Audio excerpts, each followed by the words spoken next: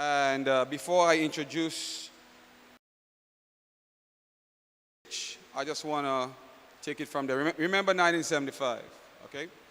All right. 1975 was the best year of my life.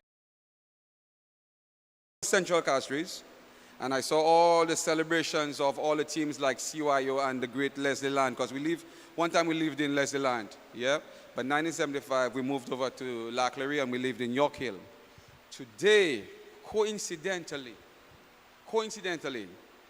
I walk across the street to say hi to Miss Sheila, and then there was this gentleman right across the thing there, and I'm saying hi, just a quick hello to him. And when I say hello, I'm seeing the first guy, the very, very first guy that I made friendship with, Willard, right there, 1975. He lived in Canada for many years, and yeah, right, yeah. Good, sweet. So that is a very sweet thing. Yeah, young man, come on in. It's for you. Have a seat. Yeah. But during that year and that era, are we moving on? Are we listening or are we speaking? We are live. We have been featured live. Yeah. All right. So during that time, in the 70s, it was all about sports in Clery, and that one of the greatest admiration, the greatest times I admired. Yeah. Lots of sports. You're coming from school and hundreds of children just playing all sorts of sports, you know. Girls playing rounders, high jumps, boys playing cricket, football, or the seasonal sport. Yeah, right here where the court was erected, it was just that nice greenery spot, and it was mainly volleyball that was played right there until the court came in and became multi-purpose. Yeah, and Clery has always been a community of sports. But not only sports. Yeah, because when you look around, we always have this. We always had these good-looking, gorgeous ladies and these good-looking guys. I can't talk about the guys because I'm a man. Yeah, but behind the beauty, there have always been brains. Yeah, and if we notice that the island during that time, we only had 5 secondary schools, 248 square miles, 248 square miles, and we only had 5 secondary schools. Yeah, we had a number of junior sects, but we only had 5 secondary schools, and these schools were being competed to attend there. And Clery had a number of these students attending these prestigious secondary schools. Yeah? So give yourself a tap on the shoulder for that. Yeah? Come on, give yourself a tap on the shoulder. All right. Now, a lot of intelligent people from Clery, a lot of talented people from Clery. Now, I'm going to try to keep this short. Yeah? Now, let me ask you a question. That street which starts from, which is adjacent to the Vidbutek highway and goes straight across, and it ends at York Hill, the bottom of York Hill. It's called Tapon Avenue. Yeah, all these years. But we're looking forward to changing that name to Vincent Latcher's Avenue. Yeah? Now, if you go around, because when you take the bus and you tell the bus driver up the hill, he goes around there. Not too many people know the name of that street in the back there. And it's called Gordon Avenue. All right? Stick that right there. Yeah. Now, remember the area that you lived in, yeah? Where I'm going with this, yeah? So many secondary school attendees, yep.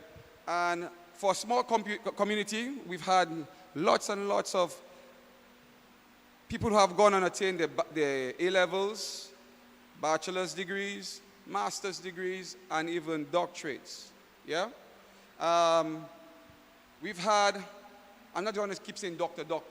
Okay, we've had Kabi Walcott, yeah? We've had Roy Butcher, all right? We've had Ezra Jean-Baptiste, yeah, that's the brother of Bikila Moiki. We've had, we have Cynthia Greenage. We had Kurt Dillis, yeah? And we have another one in the making, yeah? Vern Nelson. He's in the making. He's about to attain his doctorate. We've had a number of individuals from Clery attaining that. Yeah, and right here on this table, yeah, we have 2 of our very own. Yep, and they're going to introduce themselves and tell you where they've been. They're going to tell you about their journey and where they are right now. Okay, so. They say man before beast, how do you say it? Yeah? So we're going to do ladies first, yeah? Because we are ladies and gentlemen. All right.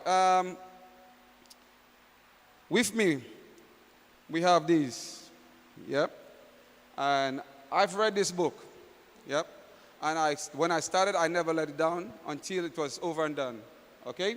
And we really want you to take a copy of this, get a copy of this, and the author of it will tell you a lot more about it. Okay? Ladies and gentlemen, let's I know we have a small group, but put your hands together and make a lot of noise for Dr. Norma Butcher. Yeah, don't forget the doctor. She worked for it. She earned it. Shall we?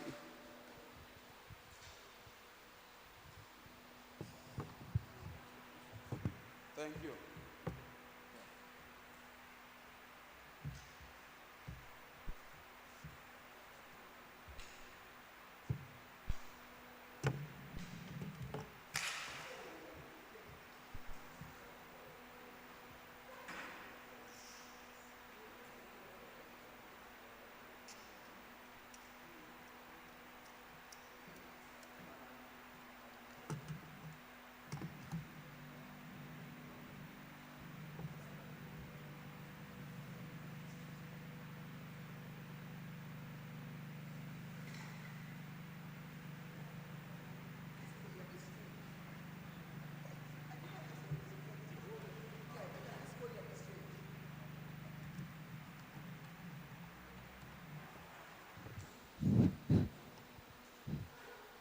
Okay.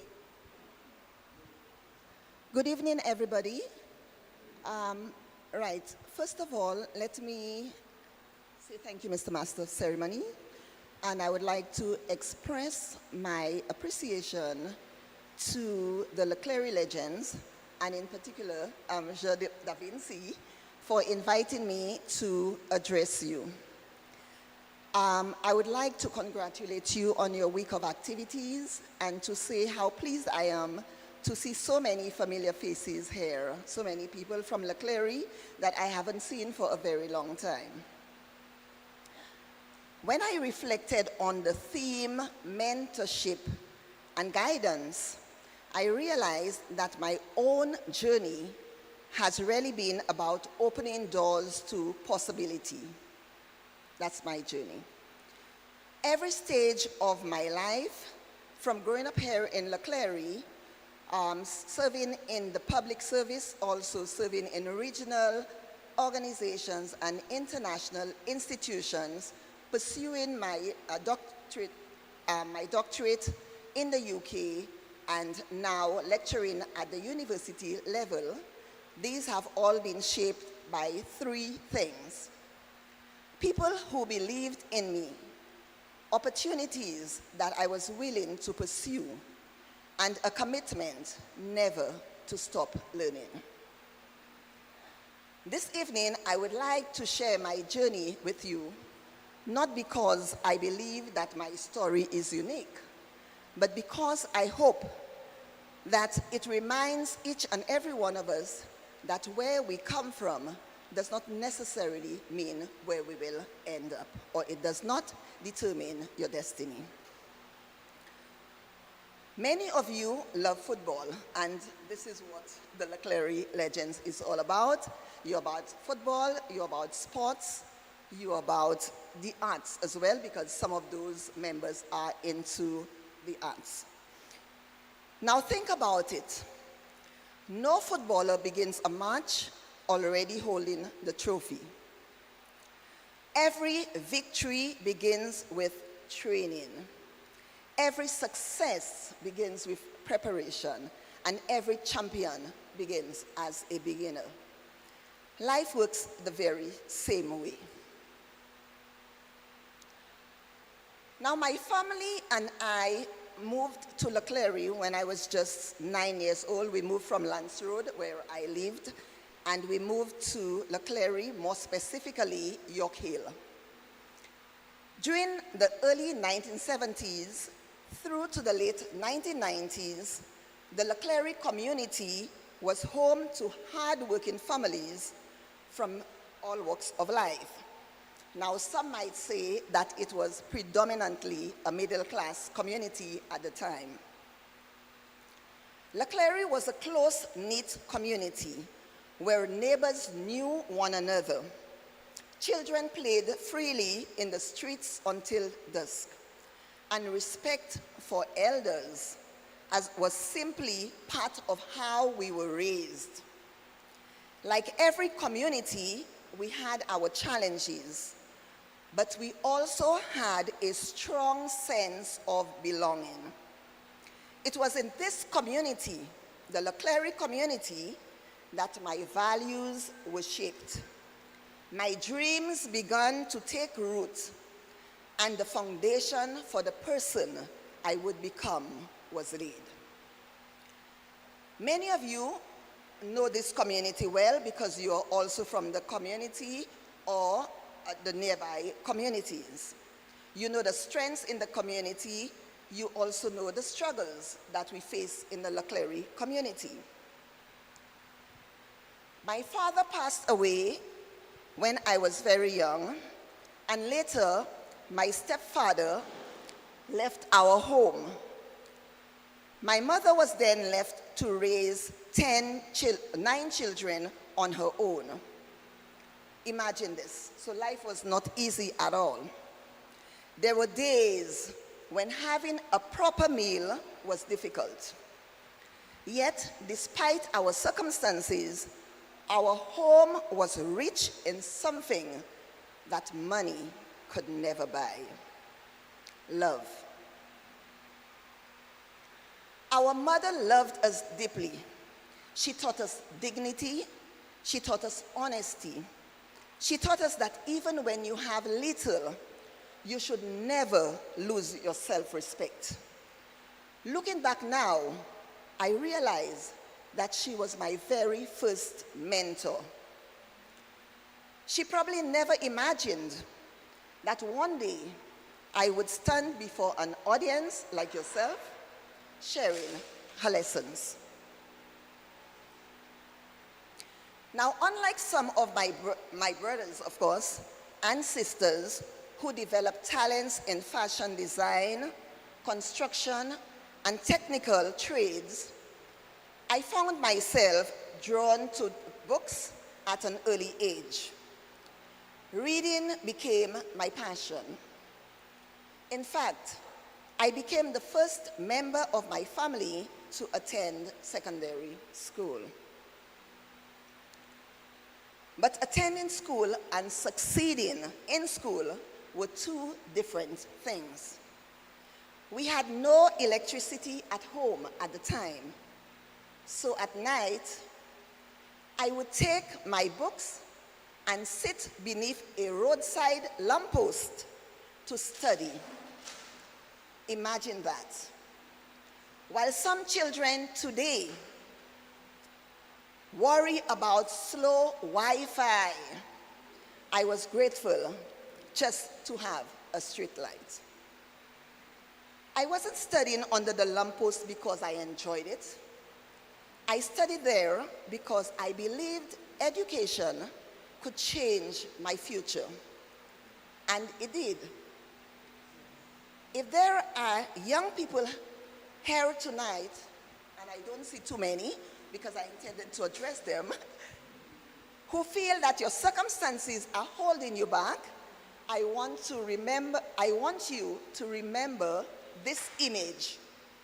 A young girl studying beneath a street light, not because life was easy, but because she refused to let darkness determine her future.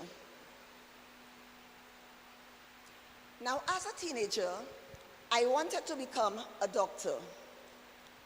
Then I realized I could not cope with seeing blood or severe injuries. So I abandoned that dream. Later, I wanted to become a lawyer. Years afterwards, I even began studying law while working at the CARICOM Secretariat in Guyana. But professional demands made it impossible for me to continue. Sometimes we think changing direction means that we have failed. It doesn't. Sometimes changing direction simply means discovering where you truly belong. Never be afraid to adjust your dreams. Just don't stop dreaming.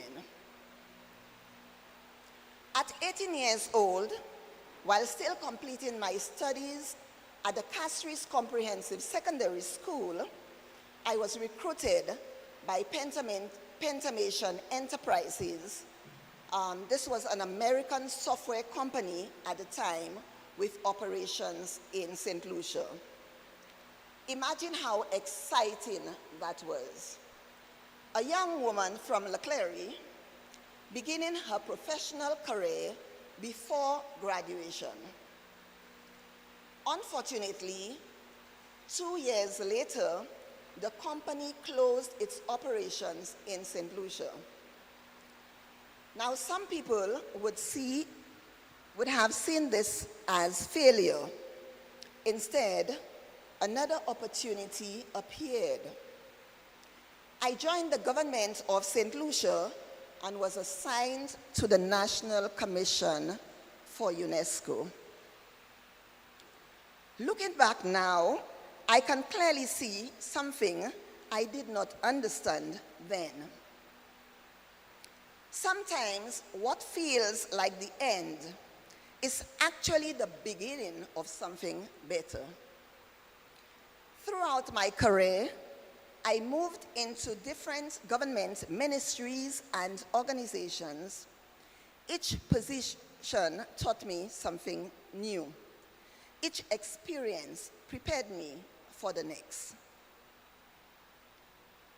Eventually, I served in the Ministry of Education. I served in the Department of Cooperatives. This is the regulatory body for cooperatives in St. Lucia, including credit unions. But today, the credit unions have been removed from under the cooperatives department, and they are placed under the Ministry of Finance. I also served in Parliament office as the Deputy Clerk of Parliament. I served in the Telecoms Regulatory Authority, ECTEL, the Eastern Caribbean Telecoms Authority. I served in the CARICOM Secretariat, as I mentioned earlier. I've also served in research and also in higher education in St. Lucia, internationally, and now in the Caribbean.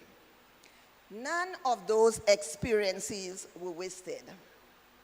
Every step mattered. Along the way, I met some mentors. People now often think that a mentor must be someone famous. That is not necessarily so. A mentor could be anyone. A mentor could be a teacher, a parent, a coach, a supervisor.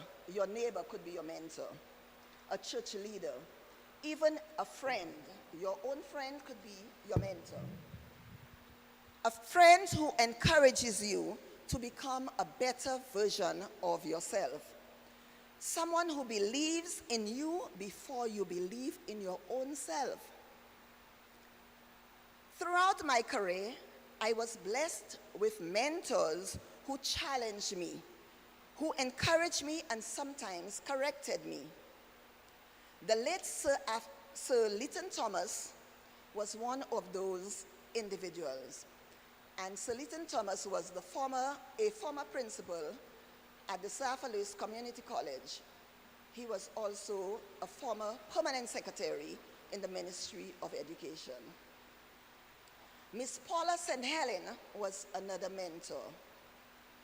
When I went into the Ministry of Education at a very young age, she embraced me and she was my mentor. She encouraged me, of course, to pursue my education.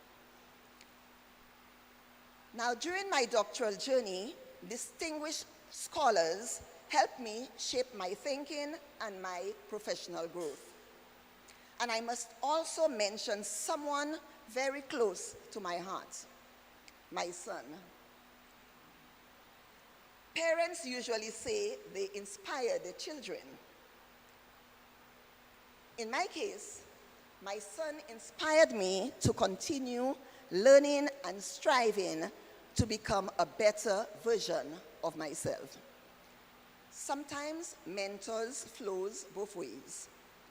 The greatest mentors do not simply tell us what we want to hear. They tell us what we need to hear. Now think for a moment, and that is, I'm throwing this out to you, the audience. Who is one person outside your immediate family who has encouraged you to become a better person, a better version of yourself? Just think about it carefully. There must be somebody who has guided you along the way. Yeah? Sometimes guidance feels uncomfortable, but growth often begins with uncomfortable conversations, the conversations that we do not want to hear. But these are the conversations that will help us to grow. Now, life has its tough moments as well, and I face some of these. Life has its way of testing all of us. After almost 6 years working with the CARICOM Secretariat in Guyana, I was involved in a serious road accident, serious life-threatening road accident. I suffered a broken left arm. I suffered also a cracked right shoulder and damages to my left pelvis. I had to be airlifted back to St. Lucia. Recovery was slow. For someone now who is accustomed to being active and productive, lying in bed was frustrating. Then another disappointment came. I applied for the position of principal of Sir Arthur Lewis Community College. I attended the interview despite my physical condition. I knew beforehand that someone else was likely to receive the position. And of course, they did. Surprisingly, I wasn't bitter at all. I was genuinely happy for the successful candidate because it's someone I knew very well. One of the greatest lessons I have learned is this: never allow someone else's success to become your disappointment. Celebrate them. Your opportunity may simply be arriving by a different path. Sometimes God closes one door because another one is waiting that we cannot yet see. While receiving or recovering at home, still I'm unable to use this arm, of course. I'm recovering, so I'm using just one arm. I was going through the internet and an advertisement appeared. The European Union was inviting researchers to apply for a prestigious project. Now this ad was out for a long time already, but when I saw it, the applications for proposals closed in only 9 days. Initially, I thought it had to be a scam. It seemed far too good to be true. But something inside me kept saying, apply. I called a friend of mine who worked in an international organization overseas to verify for me some of the names that appeared to see if that was real. Of course, confirmation came that it was real.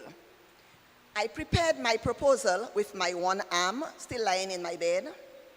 I submitted it. Eventually, I was selected from more than 200 applicants. Only 16 researchers were chosen.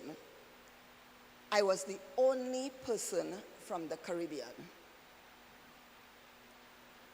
Not only did I receive the research appointment, but I was also awarded the prestigious and very competitive Marie Curie Scholarship to pursue my PhD in the United Kingdom. Imagine that.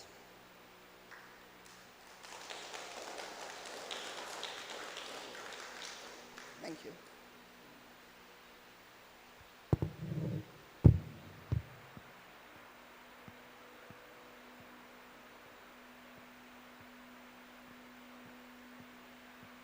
Sorry, the desk is not unstable, so, right. If I had allowed disappointment to define me, if I had allowed my accident to stop me, if I had convinced myself I wasn't good enough, none of this would have materialized.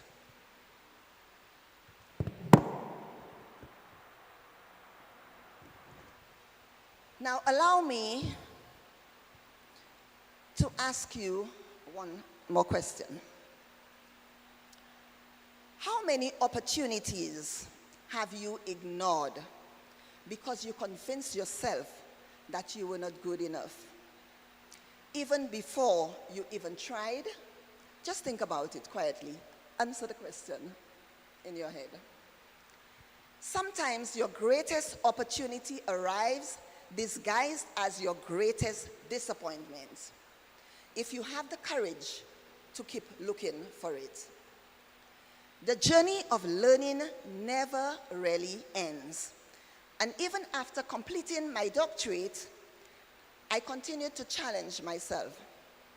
Last year, I fulfilled another lifelong ambition by publishing my debut novel, The Woman Who Wasn't Invited. And this book is available on Amazon. I have had copies here that if anybody is interested, it's just $50 a copy. To me, that achievement was another reminder that we should never stop growing, never stop creating, and never stop believing that there is another chapter waiting to be written. Now, while completing my research and lecturing in the United Kingdom, something became very clear to me. I enjoyed leadership. I was involved in the British Academy of Management Leadership and Leadership Development Special Interest Group, where we looked at leadership in business schools and also in industry. So again, we were working hard on this to ensure that there were responsible leaders in the business schools and also in industry. Although I enjoyed this work, I enjoyed research, but I wanted to work more with the young people. And it's unfortunate we don't have so many young people here tonight. I enjoyed helping young people grow. So after returning home and spending precious time with my mother during the final year of her life, another opportunity appeared. I accepted a position as associate professor with the University of the Commonwealth Caribbean in Jamaica. Today, I have the privilege of helping students to become leaders. Nothing compares with seeing students who doubted themselves graduate with honors. Nothing compares with hearing someone say, "Dr. Butcher, you believed in me when I didn't believe in myself." But one of my greatest joys in academia has been teaching incarcerated students, students behind the prison walls. Watching those students graduate with honors, and also valedictorians, reminded me that people should never be defined only by their past. Every human being deserves an opportunity to change, That is the power of education. That is the power of mentorship. As I look back on my journey, people sometimes ask, what made the difference? Was it luck? Was it talent? Was it being in the right place at the right time? I don't believe so. Instead, I think there is a more important question. Can a person from Clery, from a humble background, really build a meaningful life and career? And standing before you this evening, my answer is an emphatic yes. Not because I was the smartest person, not because life was easy, not because opportunities simply fell into my lap, but because I placed my faith in God. I worked hard. I never stopped learning. I remained resilient through disappointment, and I was willing to accept the guidance and encouragement of people who believed in me. Just take a look at presenters here in the room, and even some of you sitting in the room. Clery has produced great minds, doctors, politicians, artists, name them, we have them in Clery. Those same opportunities exist for you, those of you who feel that you have not yet actualized. Your path may not look exactly like mine, but your future is still yours to shape. Now, I had a message for young people, but they are not here, so I'm going to skip this. And I would like to leave 6 lessons with you. Lesson 1. Your circumstances do not determine your future. I studied beneath a street light. Today, I teach university students around the world. Never allow your present circumstances to convince you that your future has already been decided. Lesson 2. Education is an investment that nobody can take away from you. It was education that carried me from a streetlight in Clery to lecture halls in the United Kingdom and now in the Caribbean. Buildings can collapse, money can disappear, jobs will end, but knowledge stays with you forever. Every book you read, every course that you complete, every new skill that you learn, even as adults, becomes part of who you are. Lesson 3, success takes time. We live in a generation that wants instant gratification, instant success. Life doesn't work that way. Trees take years to bear fruit. Champions spend years training.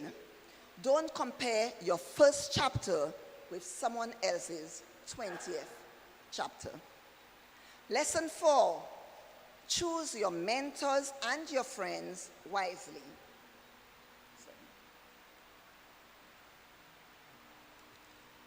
The people around you influence your thinking. Surround yourself with people who challenge you to become better, not people who encourage you to settle for less. Lesson 5, disappointment is not defeat. Some of the greatest blessings in my life came after rejection. If one opportunity closes, prepare yourself for the next one. Do not quit. And lesson 6, success means little if you do not help others to succeed. Real leadership is not climbing to the top alone. Real leadership is reaching back and helping someone else to climb. I also had a message to the young people, and I'm going to skip this because they are not here. So as I conclude, let me leave with you one final thought. When I look back over my journey, from a young girl studying beneath a street light in Clery, to serving my country, to working across the Caribbean, to studying and lecturing in the United Kingdom, to conducting research in Europe, in the United States, in Australia, in New Zealand, in India, to fulfilling another lifelong dream by publishing my first novel, and now helping students to transform their lives, I realized that every stage of my life had a purpose. Some seasons taught me. Some seasons tested me. Some seasons rewarded me. But every season prepared me. Many years ago, there was a little girl from Clery who sat beneath a roadside streetlight because there was no electricity at home.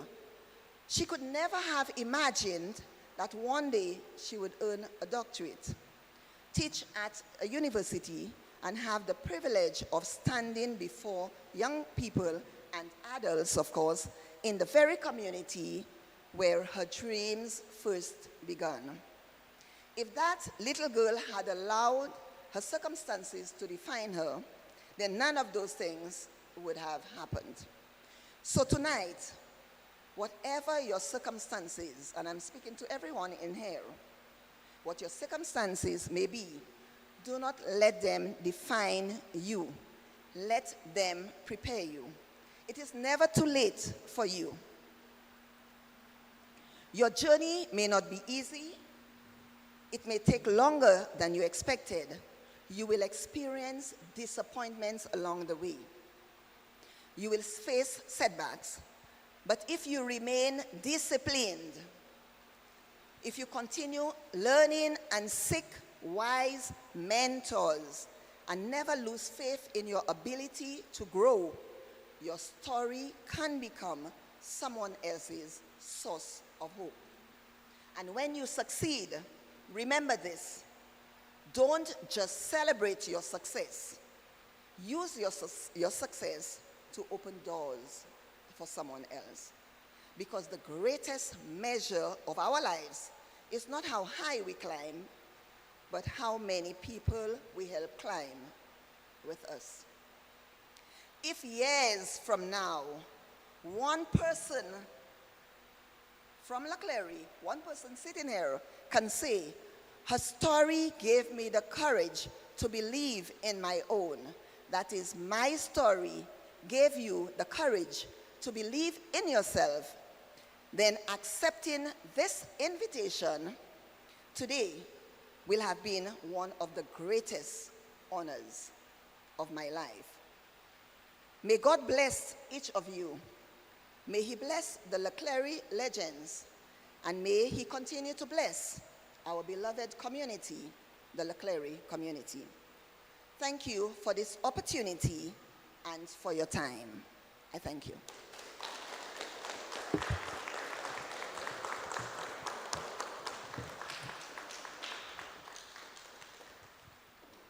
Thank you, Dr. Butcher. Doc Butch, thank you. Yeah. The man who knows something knows that he knows nothing at all. Most intellects do not believe in God, but it fares just the same. If your knowledge was your health, then it would be well earned. Yeah. These are the words of Erykah Badu. The word knowledge. The word knowledge. We had this alcoholic in the area. He used to go by his favorite words. The facts remains. And he would say that when I die, bury me in a glass coffin so that everyone can see my knowledge. Today we expressing knowledge. Look back, look.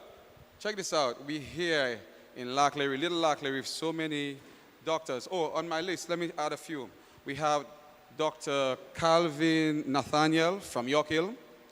We've had Dr. Francis Samuel from Gordon Avenue. And we have Dr. David Les Flores, yeah, added to the list that I've mentioned. So many doctors from our community, yeah, and we have to keep on keeping, yeah, keep on keeping. All right, now, the former captain of Brazil, Dr. Socrates Oliveira, yeah, Vieira Oliveira, all right. This gentleman, he was made a great author. That's why he ended up playing professional after playing for his country. Yeah? But after his playing days, he still went back to his first love, which is medicine. Yeah? And then decades down the line, we had this lady, you know. Her name is Dr. Nadia Nadim from Afghanistan. This lady speaks 8 languages. Yep. And she has played professional football for many, many teams. And now she's practicing her medicine. She could have just gone home and relaxed and enjoy her money. Yep. All right, but right here in Clery, we've had lots of beautiful people and educated people. All right, and lots of teachers. And a teacher never stops teaching. And this evening, I want to introduce to you Dr. John Dovey.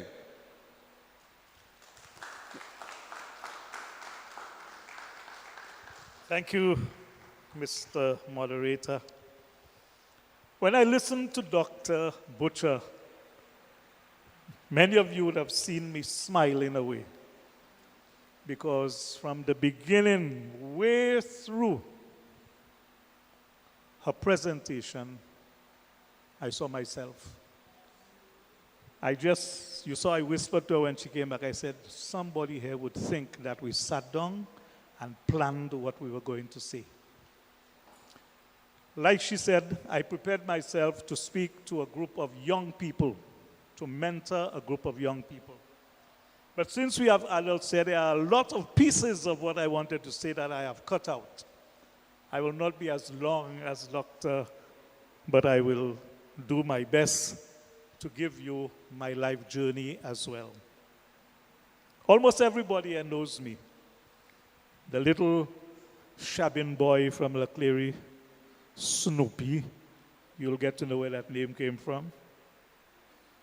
I was born in the community of New Village, but my family moved to Clery very soon after because where we lived in New Village belonged to Mr. Motut. And any of you who know New Village would know that there was Motut supermarket. And he asked my mother to take her old wooden house and move. We got a rented spot from Maganet down in Active Hill. And as a very young boy coming up on that on that truck that carried this wooden house, when they dropped it on the ground, my mother screamed and cried because she said, Kaila fini. I could not, even as a little boy, I could not see how that house could be put up in its 4 sides. But that happened. And this house was put up, and my mother, with her 7 children, fatherless as we were, and when I say fatherless, from the time I was a young 18-month baby, my father left and went to England saying, as my mother told me, that he was looking for a better life. I remember him coming back, but every time he came back, he left my mother with an inflated stomach. There were 3 after me. I'm number 4. He never came back after that. And he died in 2001. I attended the RC Boys infant and primary schools, and as they said to me, I was good enough. I was skipped classes. Stage 1, Stage 3, Standard 1, Standard 4. And so, at the age of 9, I succeeded the common entrance exam to the prestigious St. Mary's College, which I called it at the time.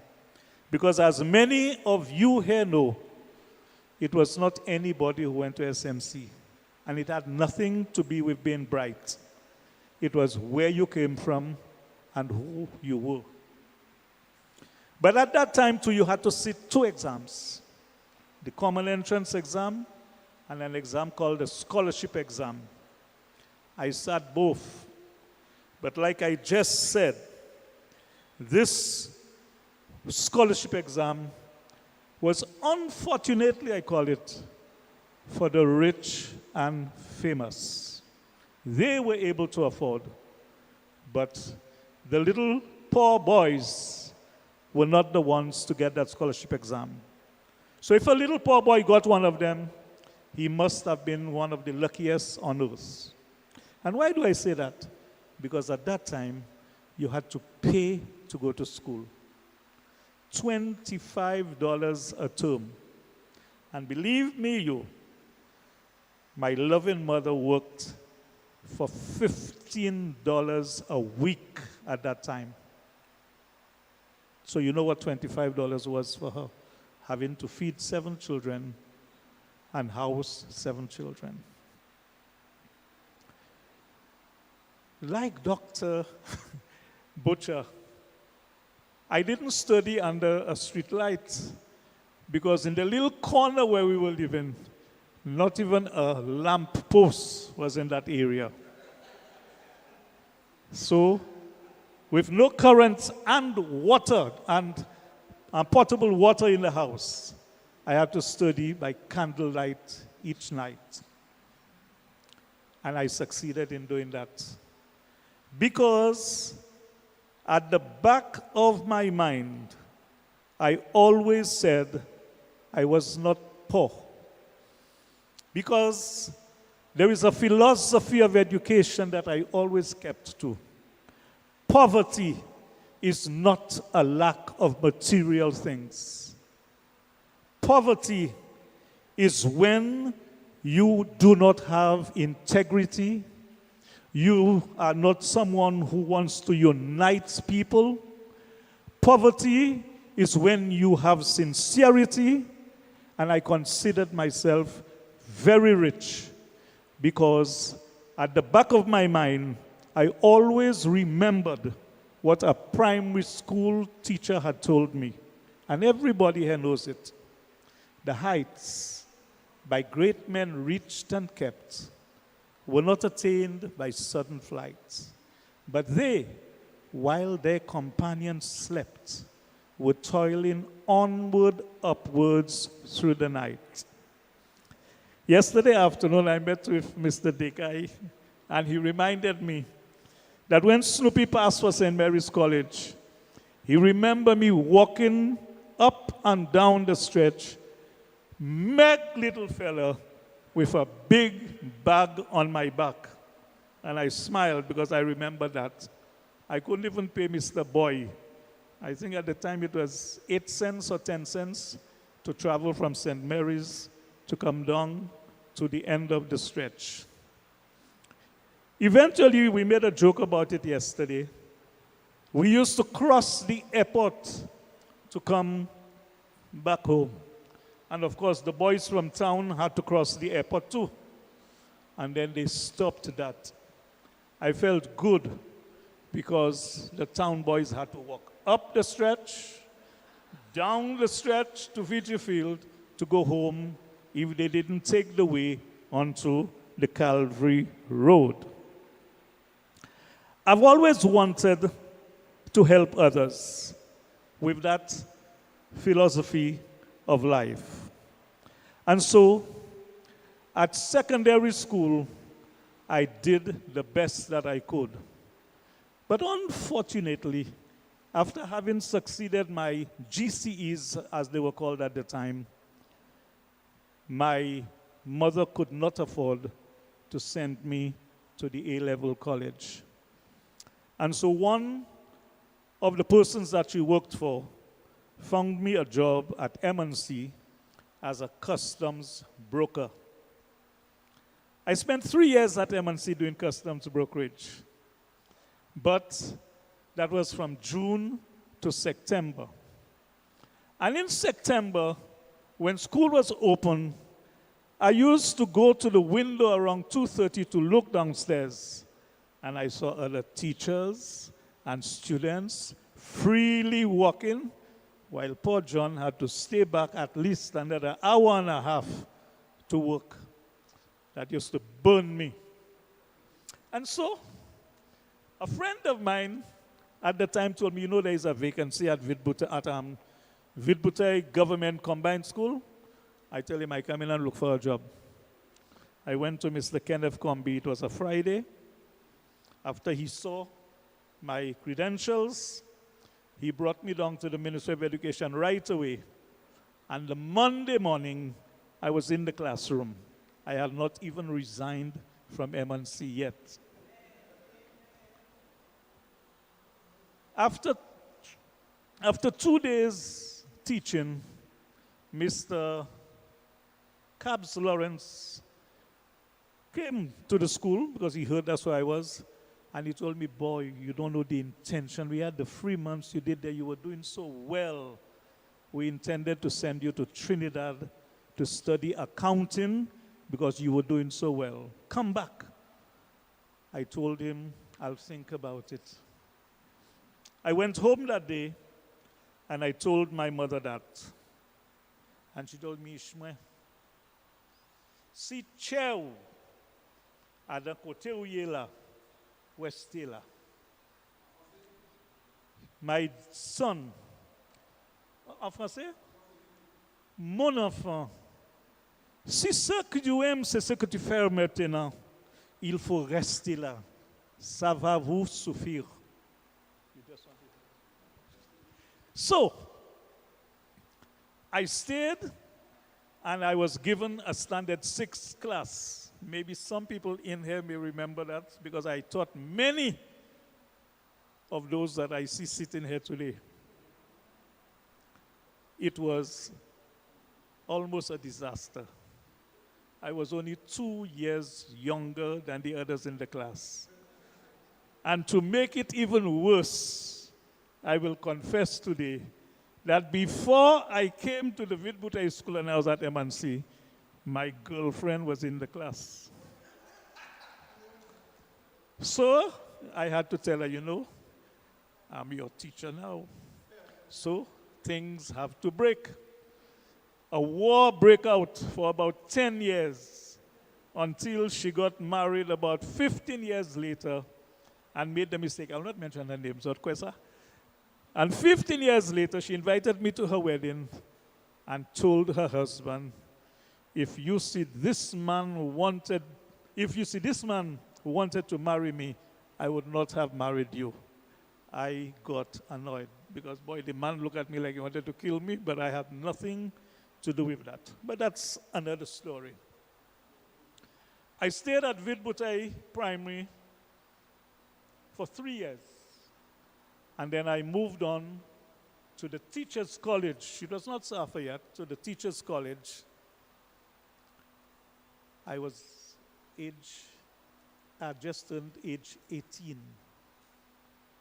Youngest, I think it was among the class. But I was determined. I even had people who taught me in the same class with me. No names mentioned. My primary school teachers. And I was determined that I had to score better than those people. I wanted to show teacher, they taught me well. And it is because they taught me well that I was able to excel. In the first year, I topped the whole the whole set of classes. I can remember Angel Shinemine, who lived just on the hill, was the one who gave me the news because I didn't even know about it. And so before I had gone for my results, I knew my results. I was quite happy because I continue to remember that the heights reached were not attained by sudden flights. That the toiling that I did, I must admit, by then we had received electricity at home. Because I had started working, together with my older brother and sister, we decided to help Mom to wire up the house. There was still no pipe-borne water at home. And we used to go to the pipe opposite Anthony Ferdinand's home, I remember. And believe you me, at the pipe, it was always a fight who to push their bucket first and everything. But I do not want to lie. John never carried water. He was Mommy's favorite child for the simple reason, like Dr. Butcher, I was the first to go to secondary school. And so she felt this was the prestige. I want to jump a little bit and say that I can remember as a teacher, a lady meeting me one day and tell me, in Creole, but I'll say it in English, boy, one thing, your mother really like you, you know. She's by the market buying things, and she would say, let her hurry up to go home to cook. So when John comes from school at 12 o'clock, we lived so close, she can give him some food to eat. There was this friend of mine who always wanted to borrow money. Oh, I skipped a bit. Leaving their customs job and going into teaching, I felt was a very good thing. At the end of the month, I got a salary of $256. I had left $650 for $256. And that is when my mother told me, if your heart is in it, stay there. And I must admit, I have never, ever regretted going into the teaching profession. Because over the years, the number of past students and their children whom I never taught, who have met me and said, my mother told me, my father told me, they had a lot of licks under you, but that really made them into the men and women that they are. That is where my pride and my satisfaction came in, knowing that I had mentored, I had touched the lives of many. It was while I was at the Vidbutei Combined School that Hayden Ford and a number of other teachers from the school, in the persons of the deceased Wenzel Koppel-Latcher, Vernon Nicholas, John Seeley, Julian Monrose, I hope I didn't leave anybody else, and myself, decided on starting the Clery Football League. The first meeting was held at the school, and we came up with all the ideas. And I must give total appreciation to Hayden Ford, who was the person who was pushing this idea. I think if my memory serves me right, the league started with about 3 teams that first year. And it was a great initiative because we were able to harness the skills of a lot of young people, as Dr. Butcher said. There were young people playing netball, everything, jumping all over the place, playing on the road and all that. And we were able to get a lot of young people who later became national players, who later spread out their wings like Dexter and others, the best boys. And that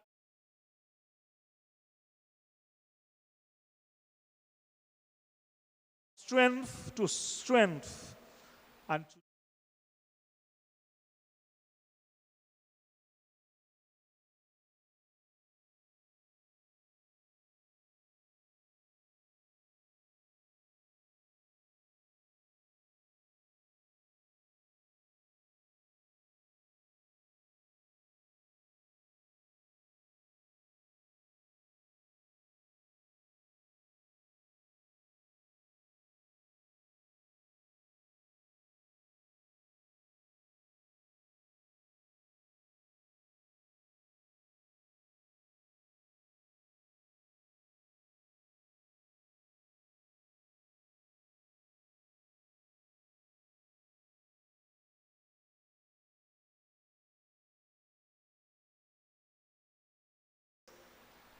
And she told me, Mr. Weeks called me, but go back and help them there.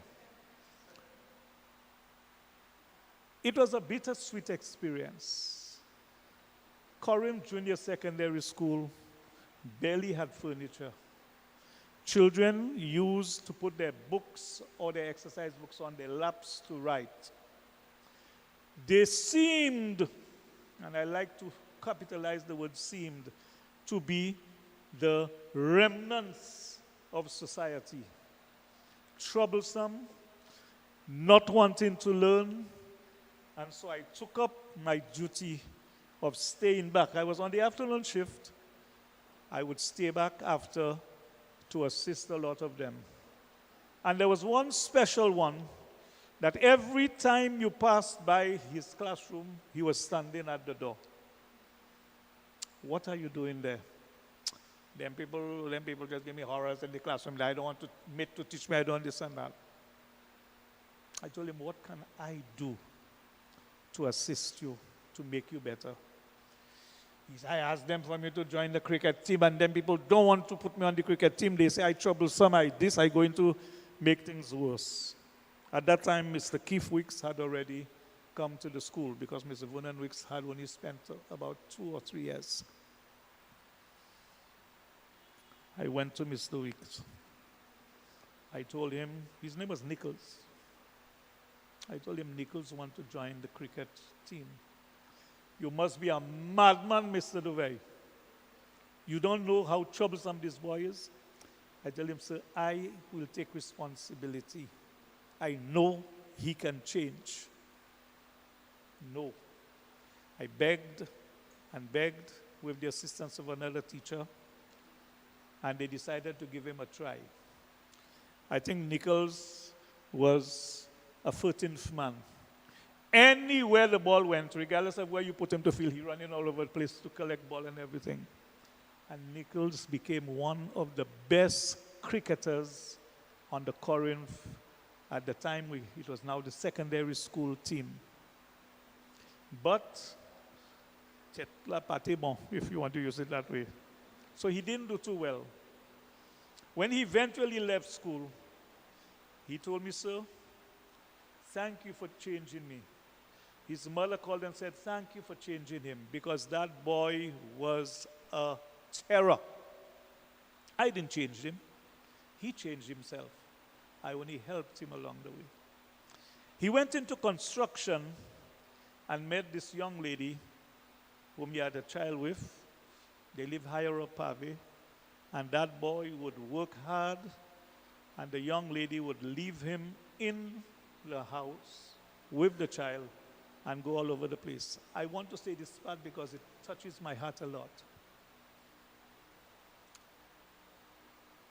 One day, and every time he got paid, he would find me for us to drink a Guinness, he said, together.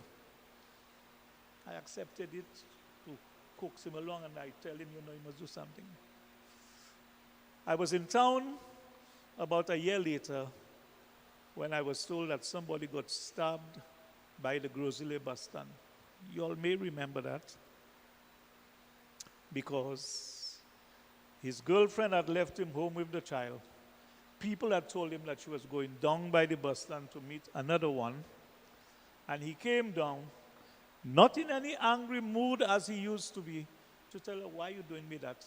You know I working hard, you live the trend. Then they went into a fracas and the guy stabbed him and he died.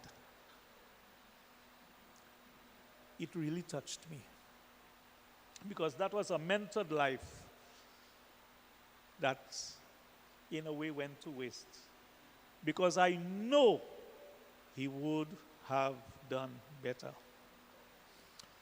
While I was at the Vidbutai Government Combined School, because I'm not following my thing, I have to go back sometimes. In 1980, while I was at the Vidbutai Government Combined School, I was already involved in French, and I introduced French in the first primary school on island at the Vidbutai Government Combined School. And Dave used to pass. He was from Corinth Junior Sec at the time. and always wanted to know if he could learn something because the teacher, no name was teaching him, was just not good in his opinion. I got close to the cultural attaché at the French embassy because of that, because when he knew I started this, he used to come to help, bring books, everything. And one day he told me, "You don't want to go to France?" I told him, "Of course." So I told the ministry that they told me, any scholarship you get has to pass through the ministry. So I told him so, but the scholarship available was for socio-cultural education. Simply meaning that it was working with young people, youth work and all that. The ministry lingered and lingered and lingered, and I left St. Lucia in October when all courses had started end of September. Mid-September, sorry. When I got to France, the sociocultural education course was closed, but I was already there. So they asked me, "What else do you think you can do?" I said, "Well, I was a primary school teacher for many years, although I had done French." So they told me, "Why don't you enter the program called the DUEF, D-U-E-E-F, Diplôme Universitaire pour des étrangers enseignants de français, French diploma for foreign teachers of French." My pocket really French teacher, I was just doing my little thing at the primary school. So I entered the course near the end of October. And by mid-May of the first year, I again, by the grace of the man up there, topped the class. Others having been there long before me. The lecturer called me and said, "But I studied in a place called Vichy, which is a part of an area of France called Clermont-Ferrand, which is from the jurisdiction, the area called Auvergne, which is where my surname comes from. And I had chosen to go there because I wanted to be where my so-called family tree came from." He said, "How you have that name?" I said, "Because some French, well, from what I've been told, some 4 Frenchmen in 17 whatever came down, Martinique, Grenada, ended up in St. Lucia. And so one of them was my great-grandfather, and all the other Dovers, we are all related. We are all related. 4 brothers came along in 17-something. And he told me, you know what area you're in?" I said, "Yes, Auvergne." He told me, "I want you to meet my great-grandmother." So he brought me to his home. His great-grandmother was Melissa Dovey, 103 years old. And sitting and talking, she was still able.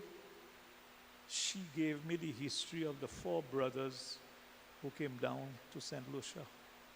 They were before her time, but she gave me their history. Unfortunately, I don't know if she was so excited to have seen me. 3 weeks later, she died. I stayed in Vichy for this diploma, which was a year long, a 9-month diploma, a year long. And the tutor said, since I had done so well, he would apply to the French government from up there that I could remain to do my bachelor's. The ministry told me, "Come back home. You were only given a 1 year." I stayed.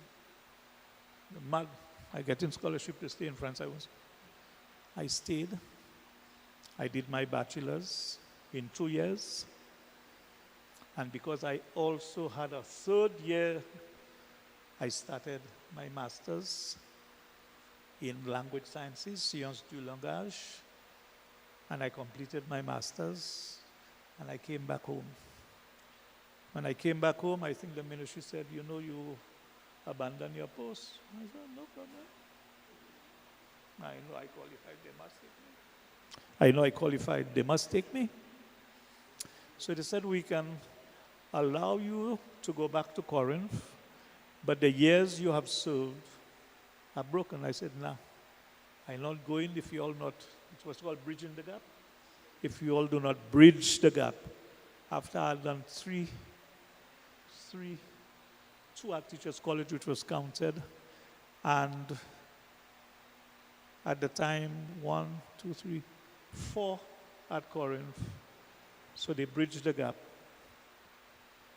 I stayed at Corinth until 1997, when there was a vacancy at Sir Arthur Lewis for French lecturer.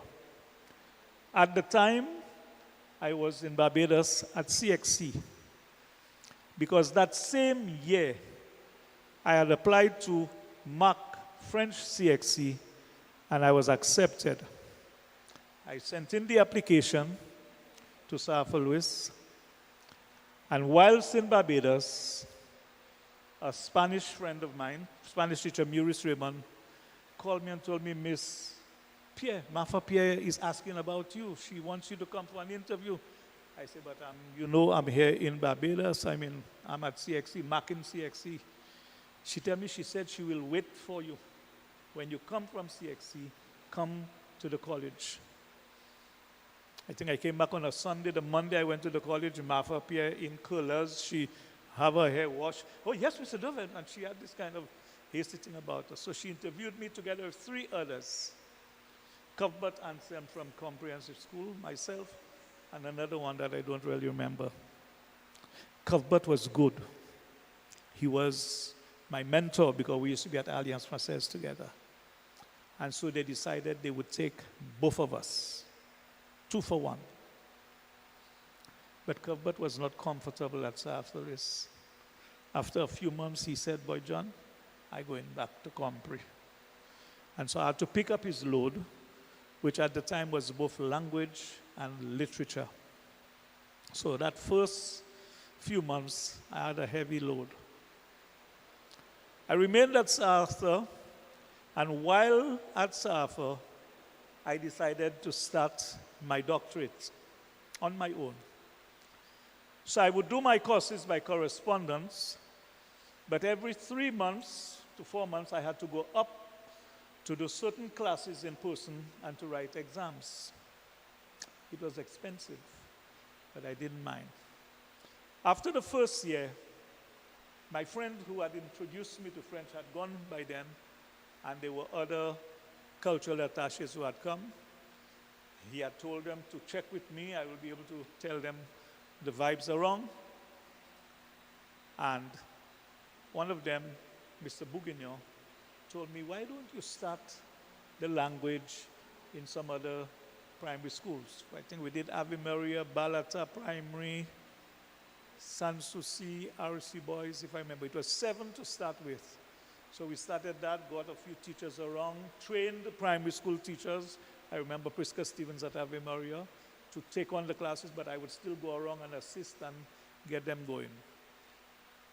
It was at that time that I ended up at Sir Arthur Lewis as well. I was still at Corinth when that started. So I started those doctoral studies, and the cultural attaché, having remembered all those things in the primary school, decided they were going to assist me. So they assisted me with some, I wouldn't call it a scholarship, but with some assistance, the travel to go, a bit of books and so on. It took me time. By then it was already 2006. When I did get my PhD in 2009, I said it to nobody. For years, I just remained as calm as ever. I had, from 2001, become the assistant chief examiner for French for CXC, meaning that with another 2 persons, we wrote the CXC French exams for the whole Caribbean. 7 years later, I was appointed the chief examiner for CXC, continuing to write the CXC exams for the whole Caribbean, something that continues up to this day. In 2016, I think that's when Didicus Jules was living, I told him, I'm done with that. He told me, boy, you must be a mad boy, you have to stay, you're doing well, this and that. But I must admit, to prepare questions, fresh questions every year was not a joy. So of course, you went back to exams 10, 15 years ago, you looked at questions, changed a few things, this and that, and submitted that. But I told them, this is what, I said, look at the 1997 exam, and look at this one in 2011, whatever. And they would say, but it's good, it has total changes and all that. So this is what happened, because you cannot think of new questions all the time, I must admit. And so, in a nutshell, this has been my intellectual journey.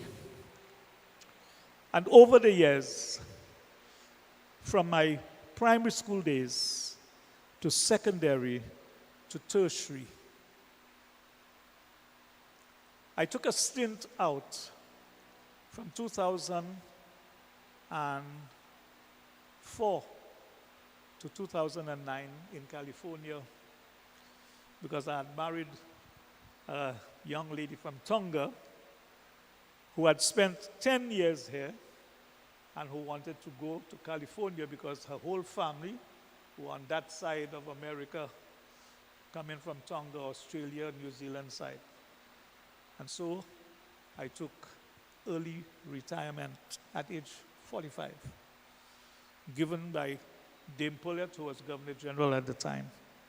And I went to California where I lectured. I was not comfortable in the USA. I just didn't like it. I loved home. Just before that, I had started a translation company, Commercial Translators. That was in 2001, really. And when I got my doctorate, which was in linguistics, translation, and interpretation, I registered it as a company, and I received a seal from the Canadian, the French government, and right here in St. Lucia to be a certified translator. I think, if memory serves me right, up to this day, we do not have certified translators in St. Lucia. We have people who are able to translate, and who do so, they put a stamp on it. I will venture to say, with no qualms about it, many people go to Alliance Française to translate documents. They're not certified, but because there are French people there, we'll believe that because you speak French, you can be an interpreter translator. I'm sure Dr. Butcher will tell you this is not the case. If I can do chemistry and physics and I do it well, does that mean I can have surgery on somebody because I know chemistry, biology, physics? No. And even, it took me 7 years of translation studies, because it is not, for example, it is raining cats and dogs. I have seen people who translate il pleut des chiens et des chats. When we all know the interpretation of it is raining cats and dogs, it is raining heavily. So you have to say il pleut à verse, il pleut beaucoup. We cannot do literal translations. And that is what, in a way, gave me the advantage. I now translate for the OECS, Martinique, Guadeloupe, the judicial system in St. Lucia, the medical system in St. Lucia, the businesses in St. Lucia, and even sometimes when people go to Alliance, they bring it back to me. And unfortunately, I have to do it over, free of charge. because I will not put my seal or my stamp on anything that will come back and for people to say, John Givesa. Okay? So in short, I don't want to take your time. As Dr. Butcher said, mentorship is something that is important, but it is the rewards you get back that determines if you have done a good job. And so I say to you, like she said, think of where you want to go. Think of why you want to go there. And think of how you're going to get there. And since I'm not speaking to youngsters or school children, you, the adults, mentor not only your children, mentor other youngsters in the community that you say going astray, so that Clery can again become the community that it was when we were growing up, without currents, without water, studying under candlelight, respecting everybody. You got a callot from anybody who saw you doing something wrong. And when you saw the person, you hid behind your mother's dress for fear they will say, Miss Ophine, your son not there? You know he was on the railings of one of the buildings sliding down, which is what we used to do when we came from RC. I don't know if you did that. We used to walk around town, and everywhere there was iron railings, we used to slide down on it, almost sometimes bursting the God-given gift. I want to thank you very much for listening to me. I want to thank you very much for listening to my story. And I hope that I have touched you in one way or another so that you too can be able to mentor others and this society of ours, that we can really say Clery is legendary. First among many, second to none, as my priest Father Albert would say. We are trendsetters in Clery, and we'll continue to be the trendsetters. As our phrase said, when you follow the Clery boys, you get fever in your liver, and believe me, your liver will never recover. I thank you.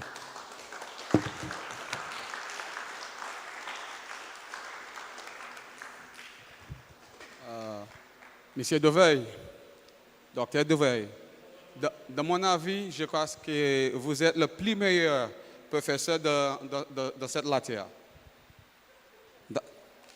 D'accord? In my heart, in my opinion, he's the best professor in this entire world. Agree? In 2014, I wrote a book, French for CXC, a CXC study guide. It is it has a CD with it. You can go on Amazon, it is right there. It's called French for CXC, a CXC study guide. I did it with 3 others, and this book, you can buy it, not for me to make money, but rather for you to learn French on your own. You don't need a tutor. You use it with the CD, with the exercises, with everything. Even if it is called French for CXC, it is really to learn written and oral French, and so on. There is a second one that is coming out in the making for Cape. All right. La Clery made. Now, we're talking about books. Dr. Butcher has a book. Dr. Dove has his book. I know this avid book reader. He too was a former RC Boys primary school attendee. And if you were a student of RC, you would know the motto is not for school, but for life. And yesterday I had a conversation with a former student of RC, and he's going to come and address you right now. But the one that I was talking about, who is this avid reader, is Mr. Simei. We call him Hala. Yeah? Mr. Swibert Simei. This man just loves reading. And today now, at this moment, we have his son coming and address us. Ladies and gentlemen, Sidel Simei.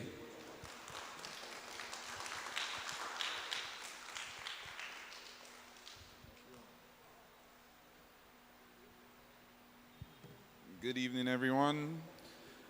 I want to thank everybody for taking the time out and attending.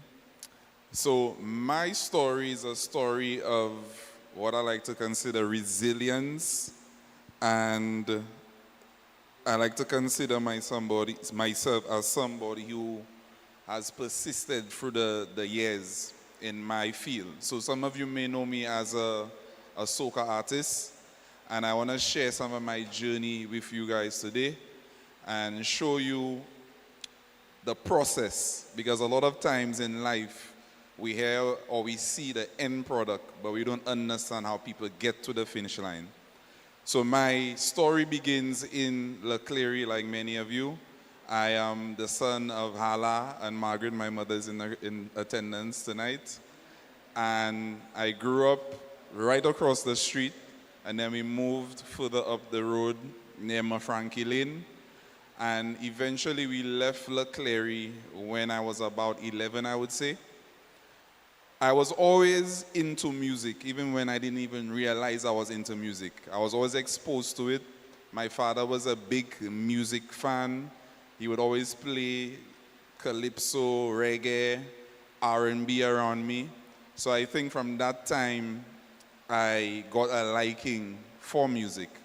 Even in Clery, myself and my friends, Shane Larcher, Richie Larcher, Ian, Nicholas, we had our makeshift musical band. We used to call it District 1. We had no instruments. We used to literally pretend like we were playing music and we had a band. So my love for music started right there. As I grew, I began DJing. A lot of people don't know that about me. I was a DJ first before I became an artist. And I became a DJ when I moved to America. I started my DJ career more specifically in New York. Now let me tell you all about my DJ career. As much as it was short-lived, it was very eventful, because when I say we, it was myself and a group of friends. We had a sound group called Infrared Sounds, and we were just eager to get our name out there. So we would take any opportunity to go to any event and play music. And that included some of the most shadiest places. Let me tell you, there were times we were playing in places where it's not even a real venue. It may be a small hall or a restaurant that somebody converted into a venue. And many times we were faced with challenges where you have fights breaking out, you have gunshots firing as well. I remember one time specifically, we had this gig, and there's a restaurant on Utica Avenue. I can't remember the name of the restaurant. It was an upstairs, and they had a basement. There's only one entrance and one exit. And I remember telling my cousin Dylan, aka Zong, we went to the basement, and I realized how packed it was. And I said, fellas, it's best we move from downstairs, because if something happens, then everybody be rushing for the door, and that'll be a whole tragedy, because it's one narrow stairway going up to the exit. As we were exiting the basement, two guys inside the club start fighting. Both of them draw weapons. Now the place is so packed, everybody's stooping down because the guys have drawn their weapons. I could not even stoop down because the place is so packed. Literally, people are around me. And eventually they ran outside and whatnot. But that never fazed us, because we had a mission. Our mission was to be heard. Our mission was to fulfill our dreams, and we wanted to be notable DJs in the Caribbean scene in New York, and by extension, the world. Eventually, I decided that I didn't want to just play music, but I wanted to create music. I remember having a conversation with both of my parents. We were on Kings Highway. We were walking to my aunt's house, Auntie Gifter. And I remember telling my father, Daddy, I think I want to be a soca artist. He looked at me, he told me, Sidil, know your limits. Right? Now, if I'm being honest, that deterred me a bit because I expected my father being into music to give me some words of encouragement. But it was only later that I really came to realize that that response really was him just being worried about me. He wanted to ensure that I took a path where I would be more likely to succeed. So, being a musician and an artist is something that's unconventional. So he was more or less fearful. That's what that response really was. He was fearful, but in that moment, I didn't rationalize it that way. So one of the things that encouraged me was to prove him wrong and to prove a lot of people wrong. And that's one of the things with me. If somebody tells me I cannot do something, I want to prove that I can do it. Not because of them only, but to myself that I could do it. I remember releasing my first song in 2009. And the process for that release, I ended up meeting with some other like-minded friends of mine. And they would come over to the house in New York. We were on 84th Street at the time. My friend Chrissy and my other friend, they came over and they helped me write a song. And I recorded the song. And I remember the day I released my first song.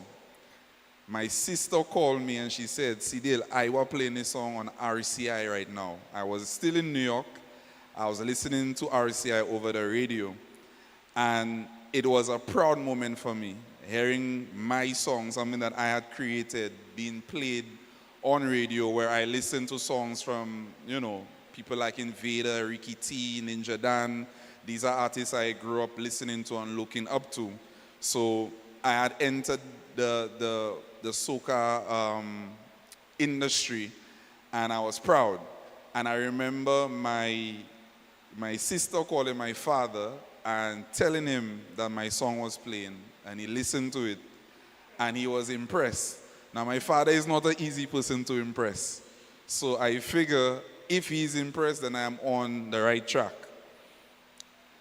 That was an achievement in itself, but the achievement was short-lived because for the next 7 years, I was performing, coming from the States, going to St. Lucia, performing, and I would not get any recognition. I would go on stage, I would say, put your hands in the air, and nobody would put their hands in the air.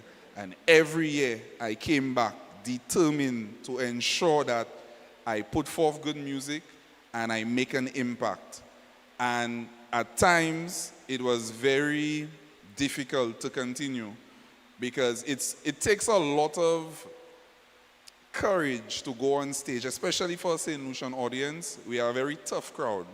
So it takes a lot of courage to go year after year, trying to impress people, trying to be a good entertainer.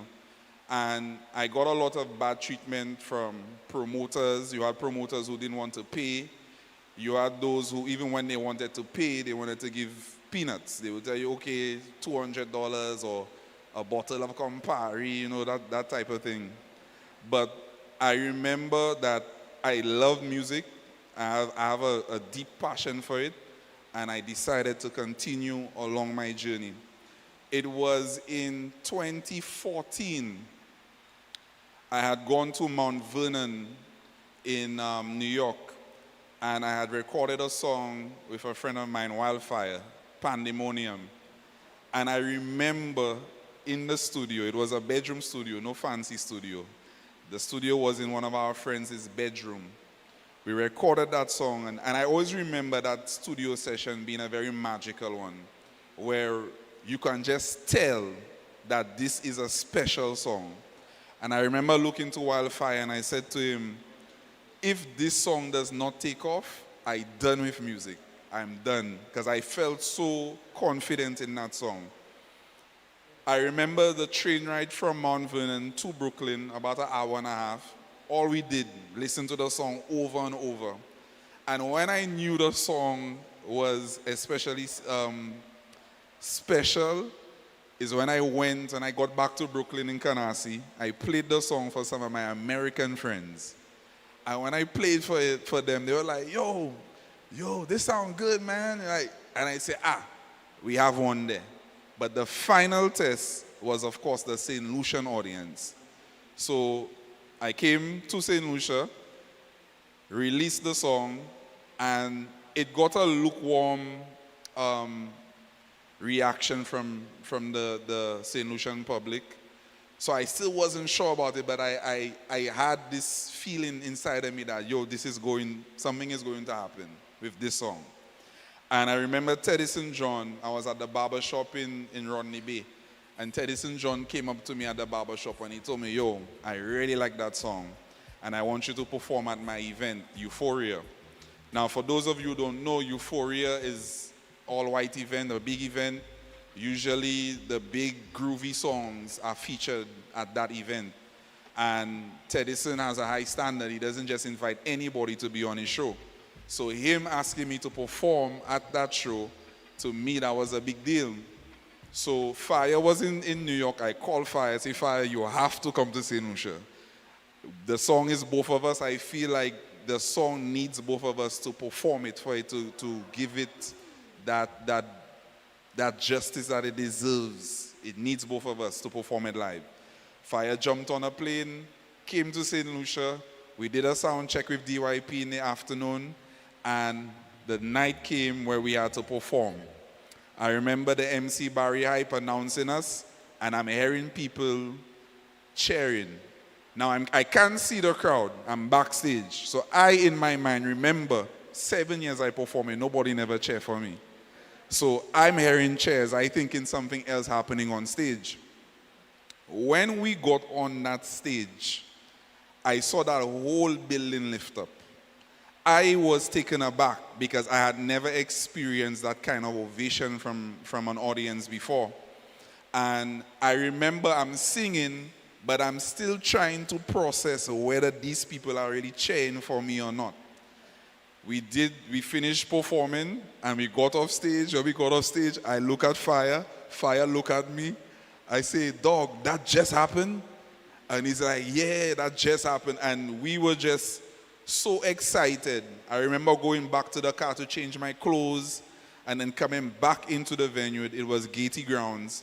And I remember people meeting me and people, congratulating me. I remember my principal from RC, Mr. Fenelon, he was there in attendance, and he told me, I was so proud of you, seeing you perform. I never knew you were like that. And I was just taken aback. And that was the beginning of, I guess, me becoming a household name in St. Lucia.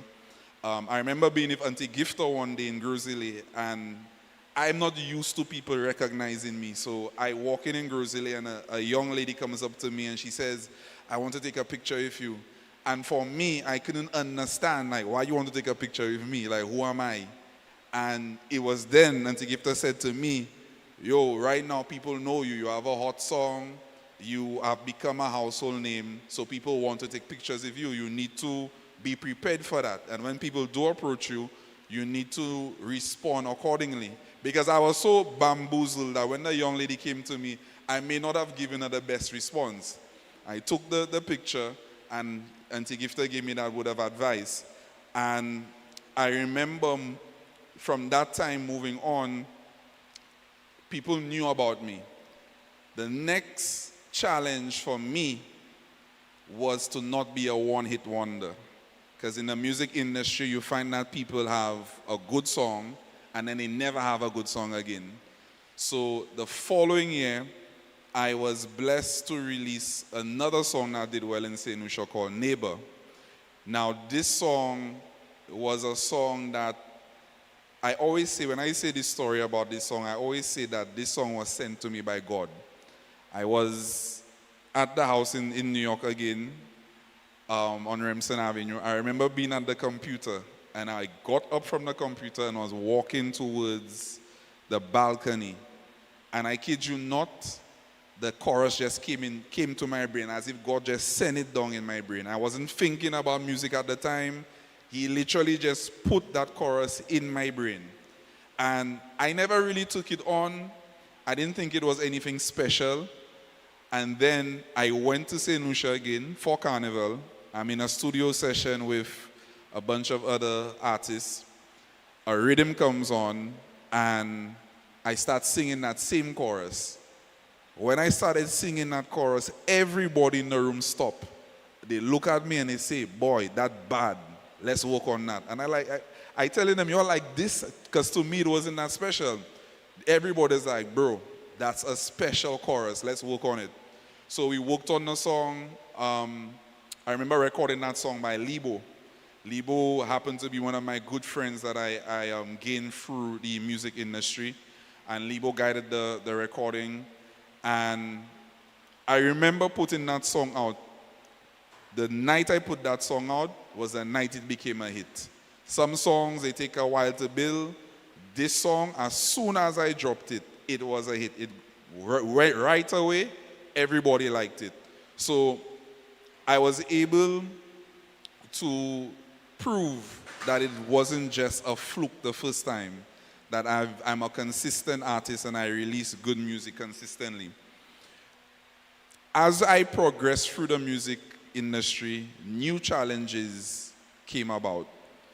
Remember I mentioned earlier that promoters that I was trying to work with, they would either not give me an opportunity, or if they did, the treatment was very bad. One of the things I feel is that I try my best to not put my destiny in somebody else's hand.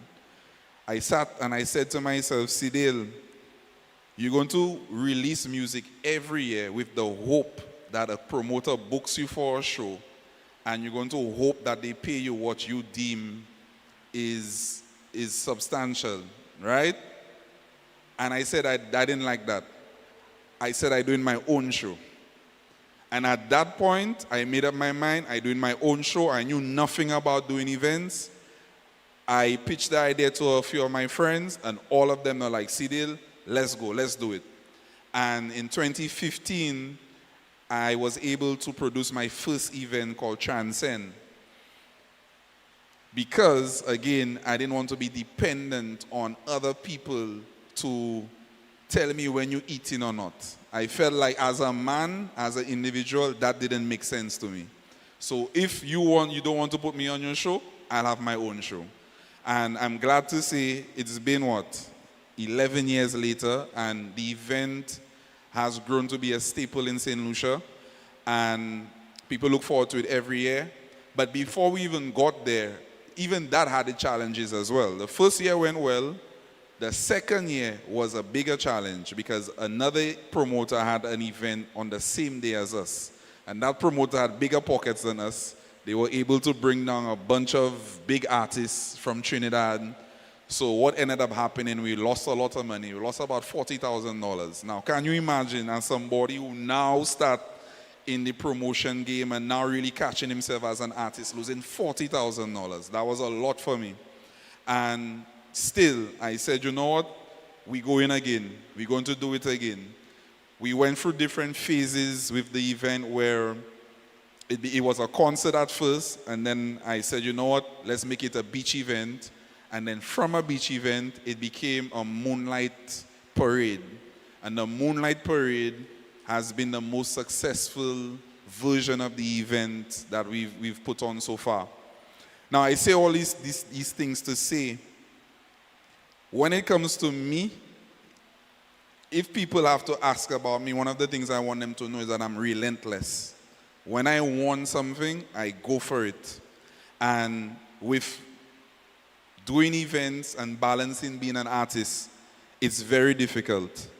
But I've been blessed with good friends, good family, and good support from the general public as well. In my industry as well, there's a lot of what we like to say fight down. And when I say fight down, I want to get into it a little more in more detail. I'm in an industry where everybody wants to be the top dog. And people do anything for them to achieve success. And even with popularity comes responsibility.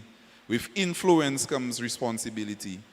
And in my experience as an artist, you find that a bunch of people may get popularity, people may know their music, know them as artists, but they don't deal with it properly. And that's where my background and my family and friends come into play. One of the things that I have learned is to be humble, because what God gives, He can take. My family is a very humble family, a very tight-knit family, and I have definitely taken note from that, and I apply it to how I do business. With my team, I treat them like family. I don't treat them like employees. I try my best to not just be a business owner talking to an employee, but I try to be a human talking to a human. You understand? And I think because of that, a lot of the people who work with me, they don't treat me like how they would treat a regular quote-unquote boss. They treat me with love because I treat them with love. And that is something that I learned from my family, because my family operates in love. So that's how I approach business. Now, sometimes it works, sometimes it doesn't work. And that's why the other thing that I had to learn is discernment. I had to pray for discernment, because you have to know how you deal with certain people. Unfortunately, not everybody deals in love. Some people deal in survival. So when you try to deal with them in love, they don't accept it. They don't look at it as love. They look at it in a warped way. So even that I had to be mindful of. But one of the things that I'm proud of is that I was able to continue and to build something from the ground up. And the reason I was able to build it from the ground up is because I never gave up, and I was relentless in my pursuit of what I wanted. So one of the things I try to always reinforce with young people, I like to use myself as an example, and I like to share information. One of the things I realized in St. Lucia is that people think when you share information that you are going to be the person you're giving the information, they think that that person is not going to become a threat and pass them. And that's not something I subscribe to. If I have information, you ask me for it, I give it to you. Because I believe people shared information with me. People helped me as well. So I now in turn have to help people too. And I feel like also with our society sometimes, we kind of have a crab in the barrel mentality. So I try to break that mold by leading by example and not doing what other people are doing. So one of my biggest achievements for me is how I deal with people and how people deal with me. I take a lot of pride in that. And my journey is one of resilience. Because even when people look at you and they say, boy, he's a successful artist, there are challenges daily that you have to overcome. You have situations where you may be overlooked for certain opportunities and you could react in an emotional way, or you could get back to the drawing board and work harder. And that's another thing. I think I get that from my father. My father is a very hard worker. And for me, I always pride myself on working hard. I don't like to cry over spilled milk. If somebody doesn't acknowledge what I am doing, I put my head down and I say to myself, I need to work harder. And that's what I continue to do. So anybody who has a dream, anybody who has an ambition, it is important for them to understand that the journey is not easy and that they need to be relentless and be persistent in whatever it is that you decide to do. Because persistence gets you the reward. Persistence, patience as well gets you the reward. Everything doesn't happen overnight. I know we live in a society where there's instant gratification.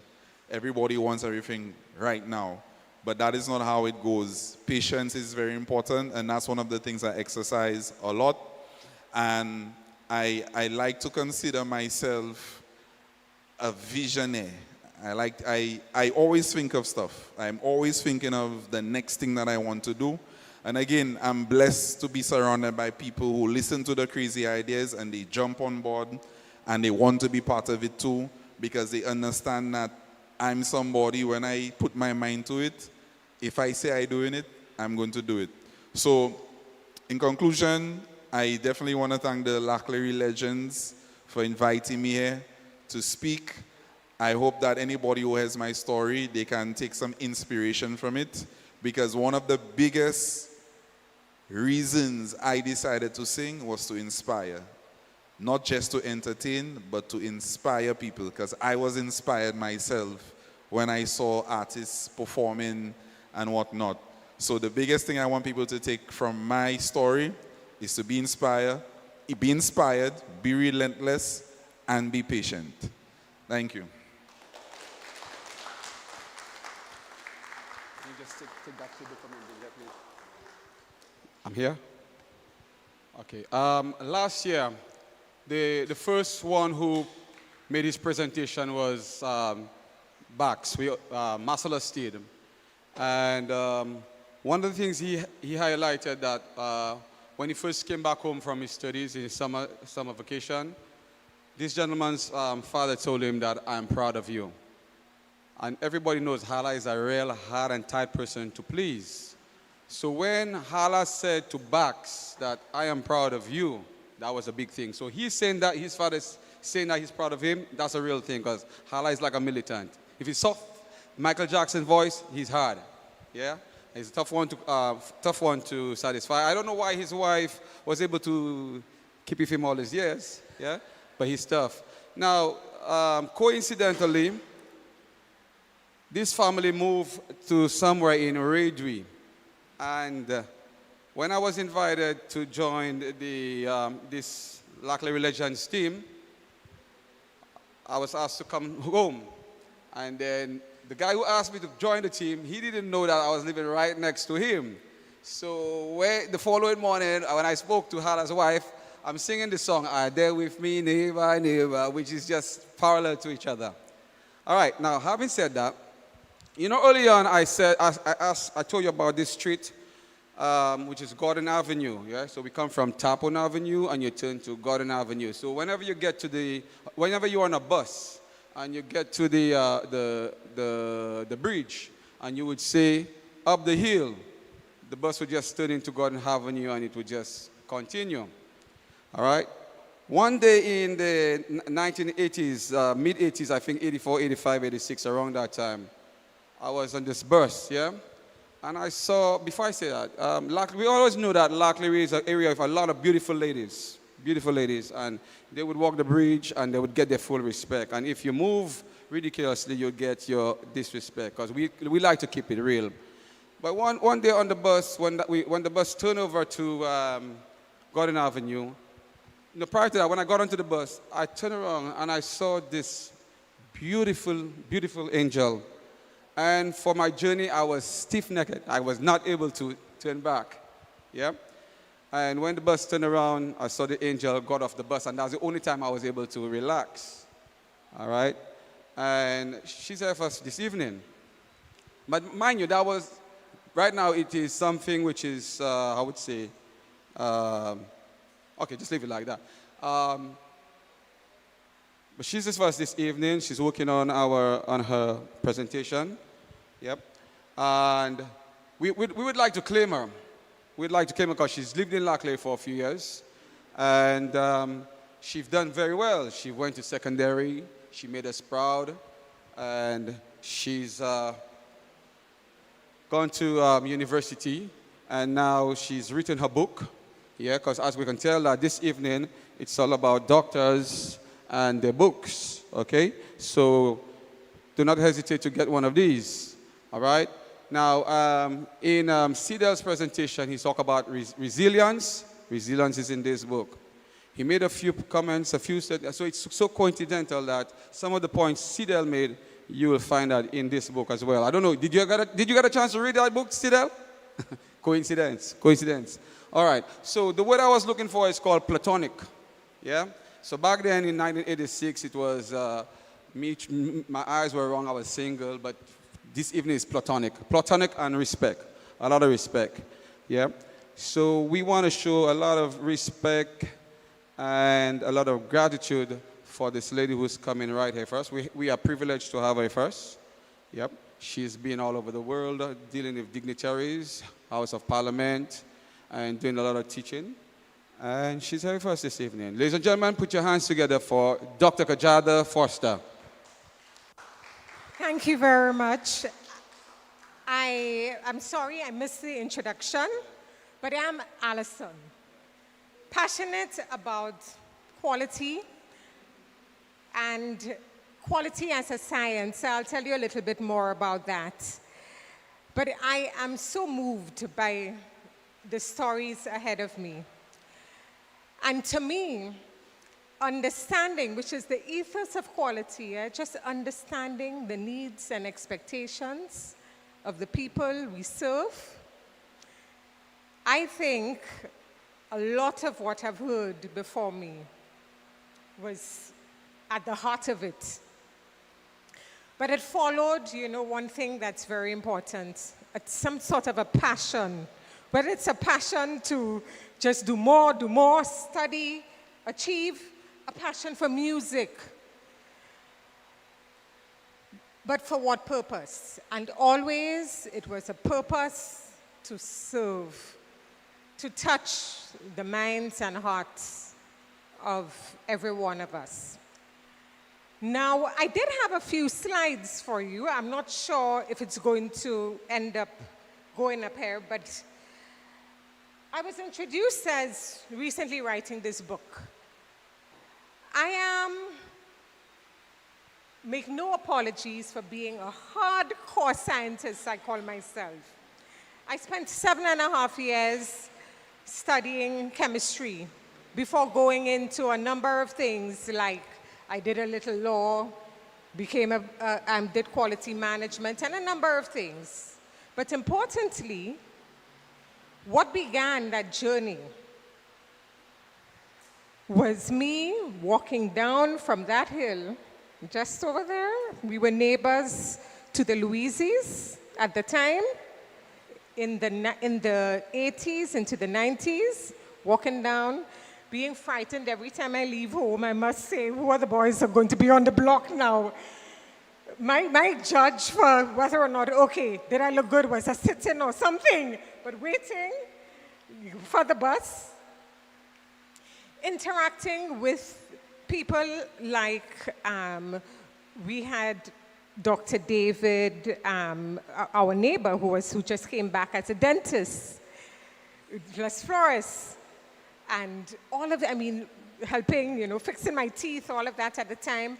But knowing that, yes, I wanted to become a medical doctor. That's what if you did the sciences at school, I did sciences and languages. If you didn't become a lawyer, your parents thought you should become a doctor. I didn't realize, of course, by the time I went to A-level, who's going to pay for medical school for me? Unless I would have gotten an island school. My parents couldn't afford it. And so the reality hit me. I needed to now search for wherever there was an opportunity. And that opportunity, for me, I applied for government scholarships after A-level, finishing exams. 2 weeks into the holiday vacation, I was very bored. I was just always in the habit of doing things, and it hits me that I'm out of school. I don't have a purpose, so to speak. So I found that at the time, it was Honorable Stevenson Kings, who he was our parliamentary rep. I grew up in a household that, yes, my father was more on the labor side.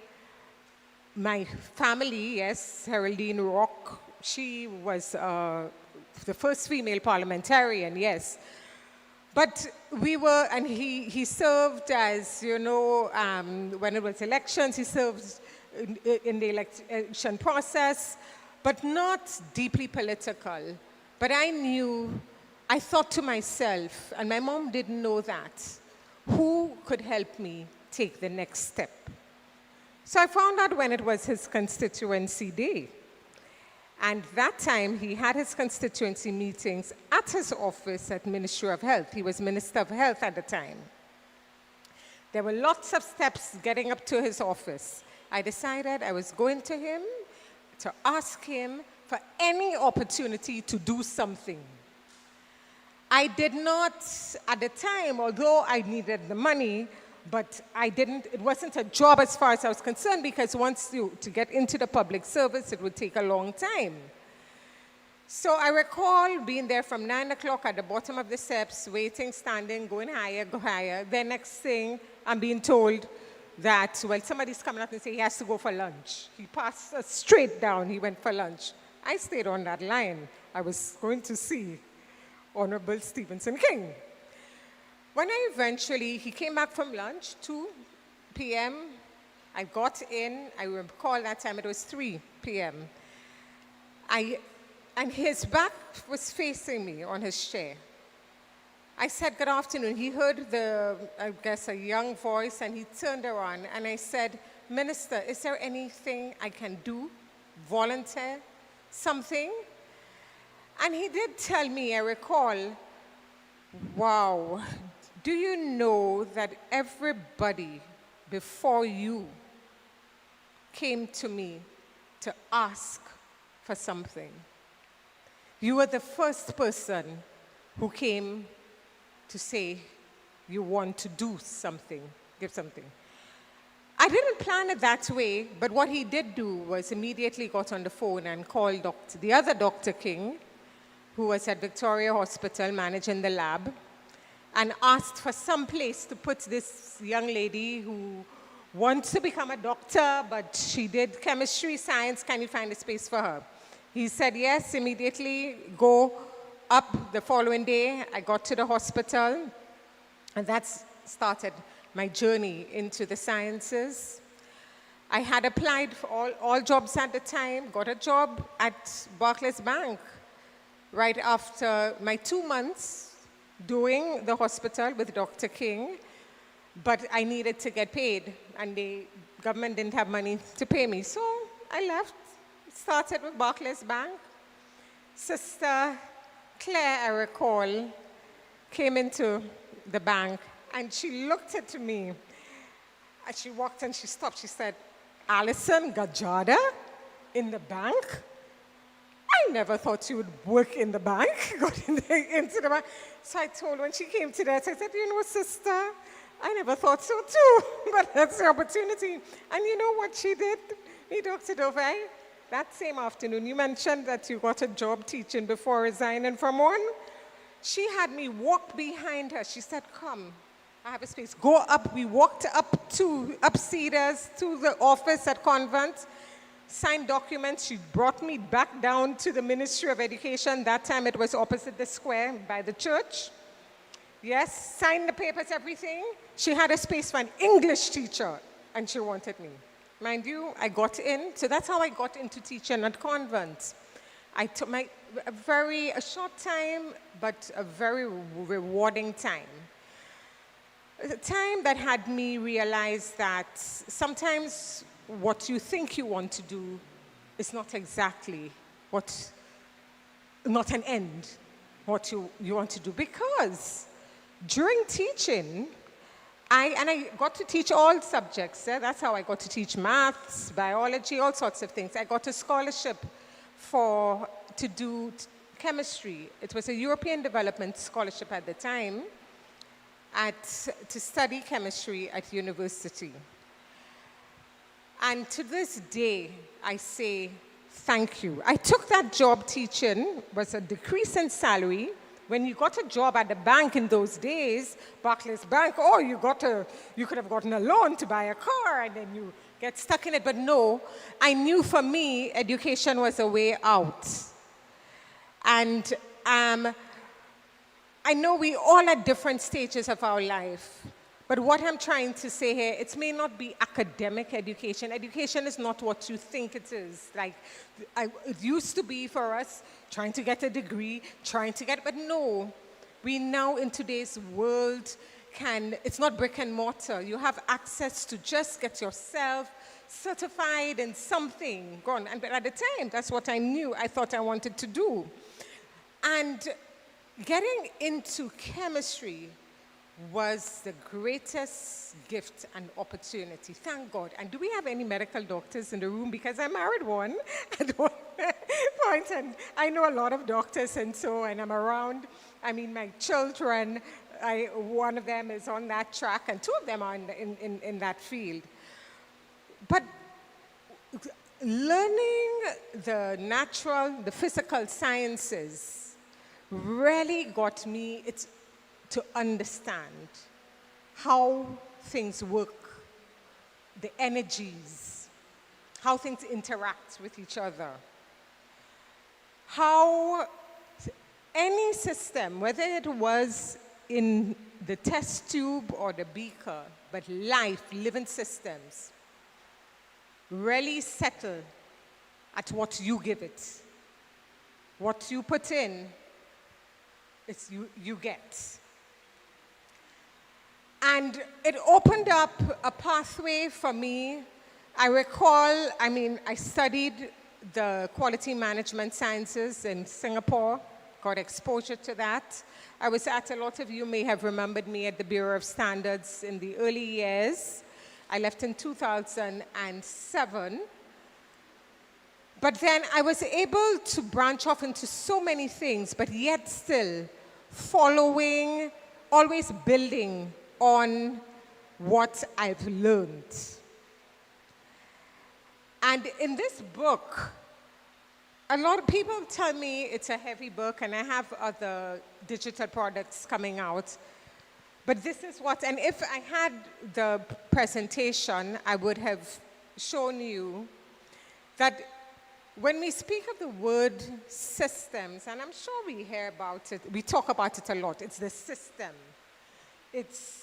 We don't have this, we don't have that. You can change the people, yes. You put the best people in a bad system, it could frustrate you. But the intention there was to shift the mindset that we ourselves, starting off with ourselves, we are a system. We have our personal system. A system must have a purpose, right? And you have a belief system. Your belief system will be limited by the rules you give it. And what are your rules? Your assumptions. Your beliefs, they guide your actions. And one of the things that I think and you interact with all the other systems that you interact with. You are a mother, a father, you have your family. This is the first organization, human system that you have to deal with, that you have agency for. And we heard a lot earlier about being a mentor to the people around you that you touch. Let's forget about the workplace, going into even the workplace. These are other types of organizations. These are organizations, yes, groups of human beings focused on a different purpose. But in your family, we heard from Sadel, he spoke of love, that value, what he picked up. And so let's pay attention to what opportunities we can open up within our space. Let's also, I think, one of the things that I have always tended to do, anytime I'm reaching a point where I feel I need to pivot, pause, understand, see where you are at this time. What are your limits? What resources you have? What are your strengths? Both and even out there, who you can reach out to. For me, at the time, my only way at the time, I thought it was, well, the parliamentary rep. He was also Minister of Health. And so I chose to wait and go to him. But still along that line, you know, there must be one or two or three, and it's always, Sidel and a lot of us spoke about it, we have had, it is through our interactions with people, we can just be strong enough and get the courage to take the next step. You may not know, we all have a passion inside of us, and if I had time, if it wasn't too late, I love doing this exercise with groups of people I work with, where I ask them to just think of, what's your passion? What would you like to do? And so, well, what you enjoy doing. Meaning when you do it, the time can pass and you don't even know. You can even miss a meal. And look for and think of what is the next best step I can take. You can't usually plan the journey, but every single, and I will not, go on to repeat all of what was before me, because I realize it's after 9. But all of what we said was so true. First, always believe that even when, have the passion to do something, but just take action. There must be something you can do. Whether it is a product you're making and you want to be able to package it properly or sell it properly, look at the resources that are available. And if there are no, don't take no for an answer. Keep on, keep at it. There are countless of examples in the work I've done, both with the various ministries I've worked at. I've always worked in ministries that help small enterprises, that help people build something out of just maybe an idea. Yes, I've worked in various other types of ministries as well, housing, and actually, as I mentioned housing, I saw when I was in the ministry responsible for housing, I got exposed to a side of Clery that when I grew up, I did not know. At the time, for me, my parents, it was only girls, just go, walk straight, take the bus, go out, and yes, knowing a bit of the boys and so in the area. But I recall when we had to deal with certain developments, it touched me. And so to the Clery legends, to what you've all been doing and been trying to do, I want to say kudos to you, congratulations. I'm hoping that all communities could really take a page so that you could see, yes, each one of us has a different experience. I cannot say that, no, I had electricity at home, and so I studied at home, but sometimes it was with a lot of noise. I grew up in a household that there was a lot of noise, bickering. It helped me make my own personal decisions that I was not going to have my children grow up in a household like that, because I remember locking myself in a room and thinking I have the test the next day and I have to study and just block. I learned how to block things out through growing up in a household like that. So we all had different challenges. And it's not that my parents didn't care and didn't want us, but they were so taken aback into the argument. It was who had to win something. That didn't care if the child had an exam the next day or whether it was CXC or something like that. At the time, they didn't care, but they cared because they knew they supported us. And so I turned that to what personal decision I can make for my girls. I have 3 girls. My youngest just turned 21 a few days ago. The oldest is 27. And I'm also soon going to be a granny. So I'm looking forward to that. But then what difference could I have learned from that? That sometimes we think we know, we do the best for our children. But sometimes the experience you're getting in the family, it may not be that. So how can we make the difference in our family? And I promise, for my children, every exam, everything, my schedule was surrounding their journey. To pay attention that they're living in a household with harmony. That was my priority. And so I ask you, what can you do in your own space, your own system? There must be something you can do to take that next best step. We're not here asking you to do PhD or whatever. No, you don't need that to do that. We like the research, and so we went into it. You shine, and Sidel showed you all of it. And you are shining, I'm sure, in your own space. With that, I say thank you again, and it was such a pleasure. The book is available on Amazon if you'd like to get it. I have some copies here as well, $50. So, thank you very much. I need you to sign this one for me. This is my personal, yeah. Yes. All right. Back in the early 80s, I was introduced to the game called Monopoly by my friend Marcellus Steed.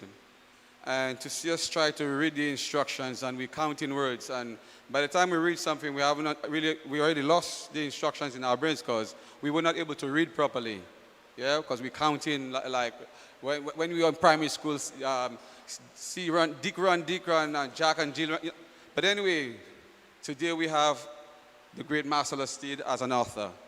Yeah, a guy who failed common entrance 3 times, and today he has his master's degrees, and now he has his own book out there.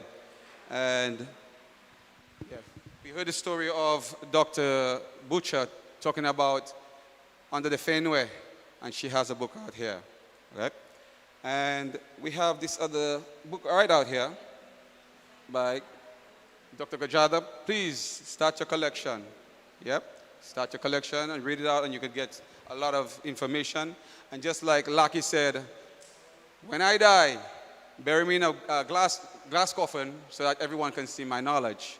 Now, let me just share something real personal with you all. Everybody listen, yeah? I grew up in a home where most of the times we had no electricity or no water. I had to carry water from the standpipe that Mr. Duvet was talking about, yeah? We had to line up for that.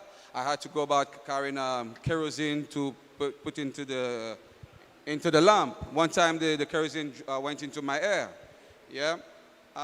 But there was one evening, most of the times for me to watch television, I had to go to my friend's home. And one evening, they're out there playing, and I'm in the house watching television with just the father. And then we're watching Different Strokes. And Mr. Ellis Black Sr., he said to me, son, and that's the first time somebody called me son, he said to me, learn from this. Every disappointment is a blessing. And then years down the line, I said to Mr. Black, do you remember when you taught me that every disappointment is a blessing? That man went into tears.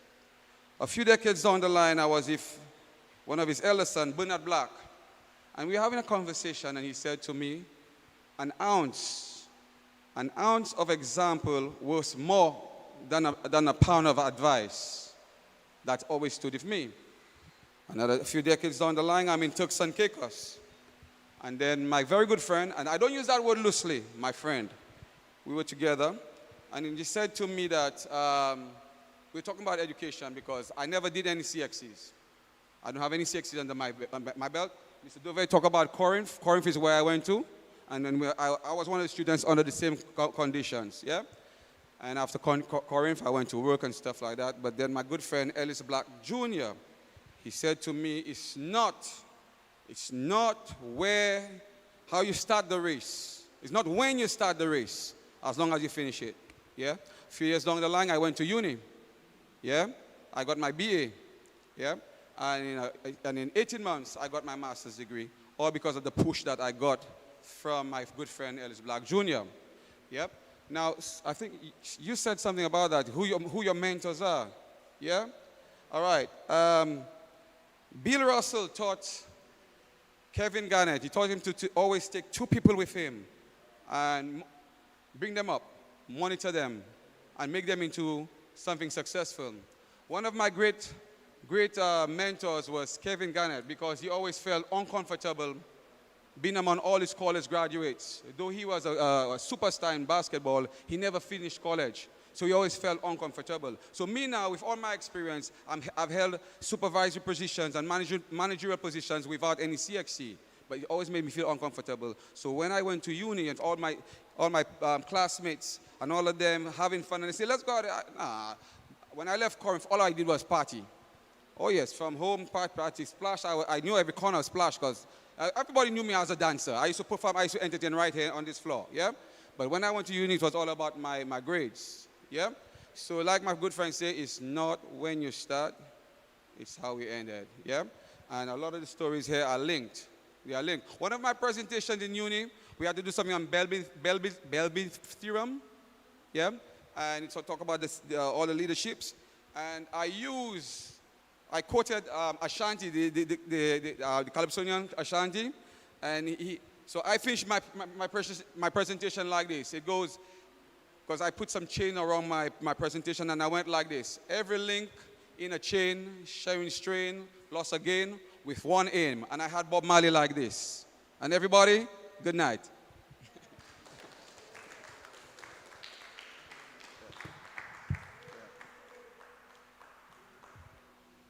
I beg your pardon?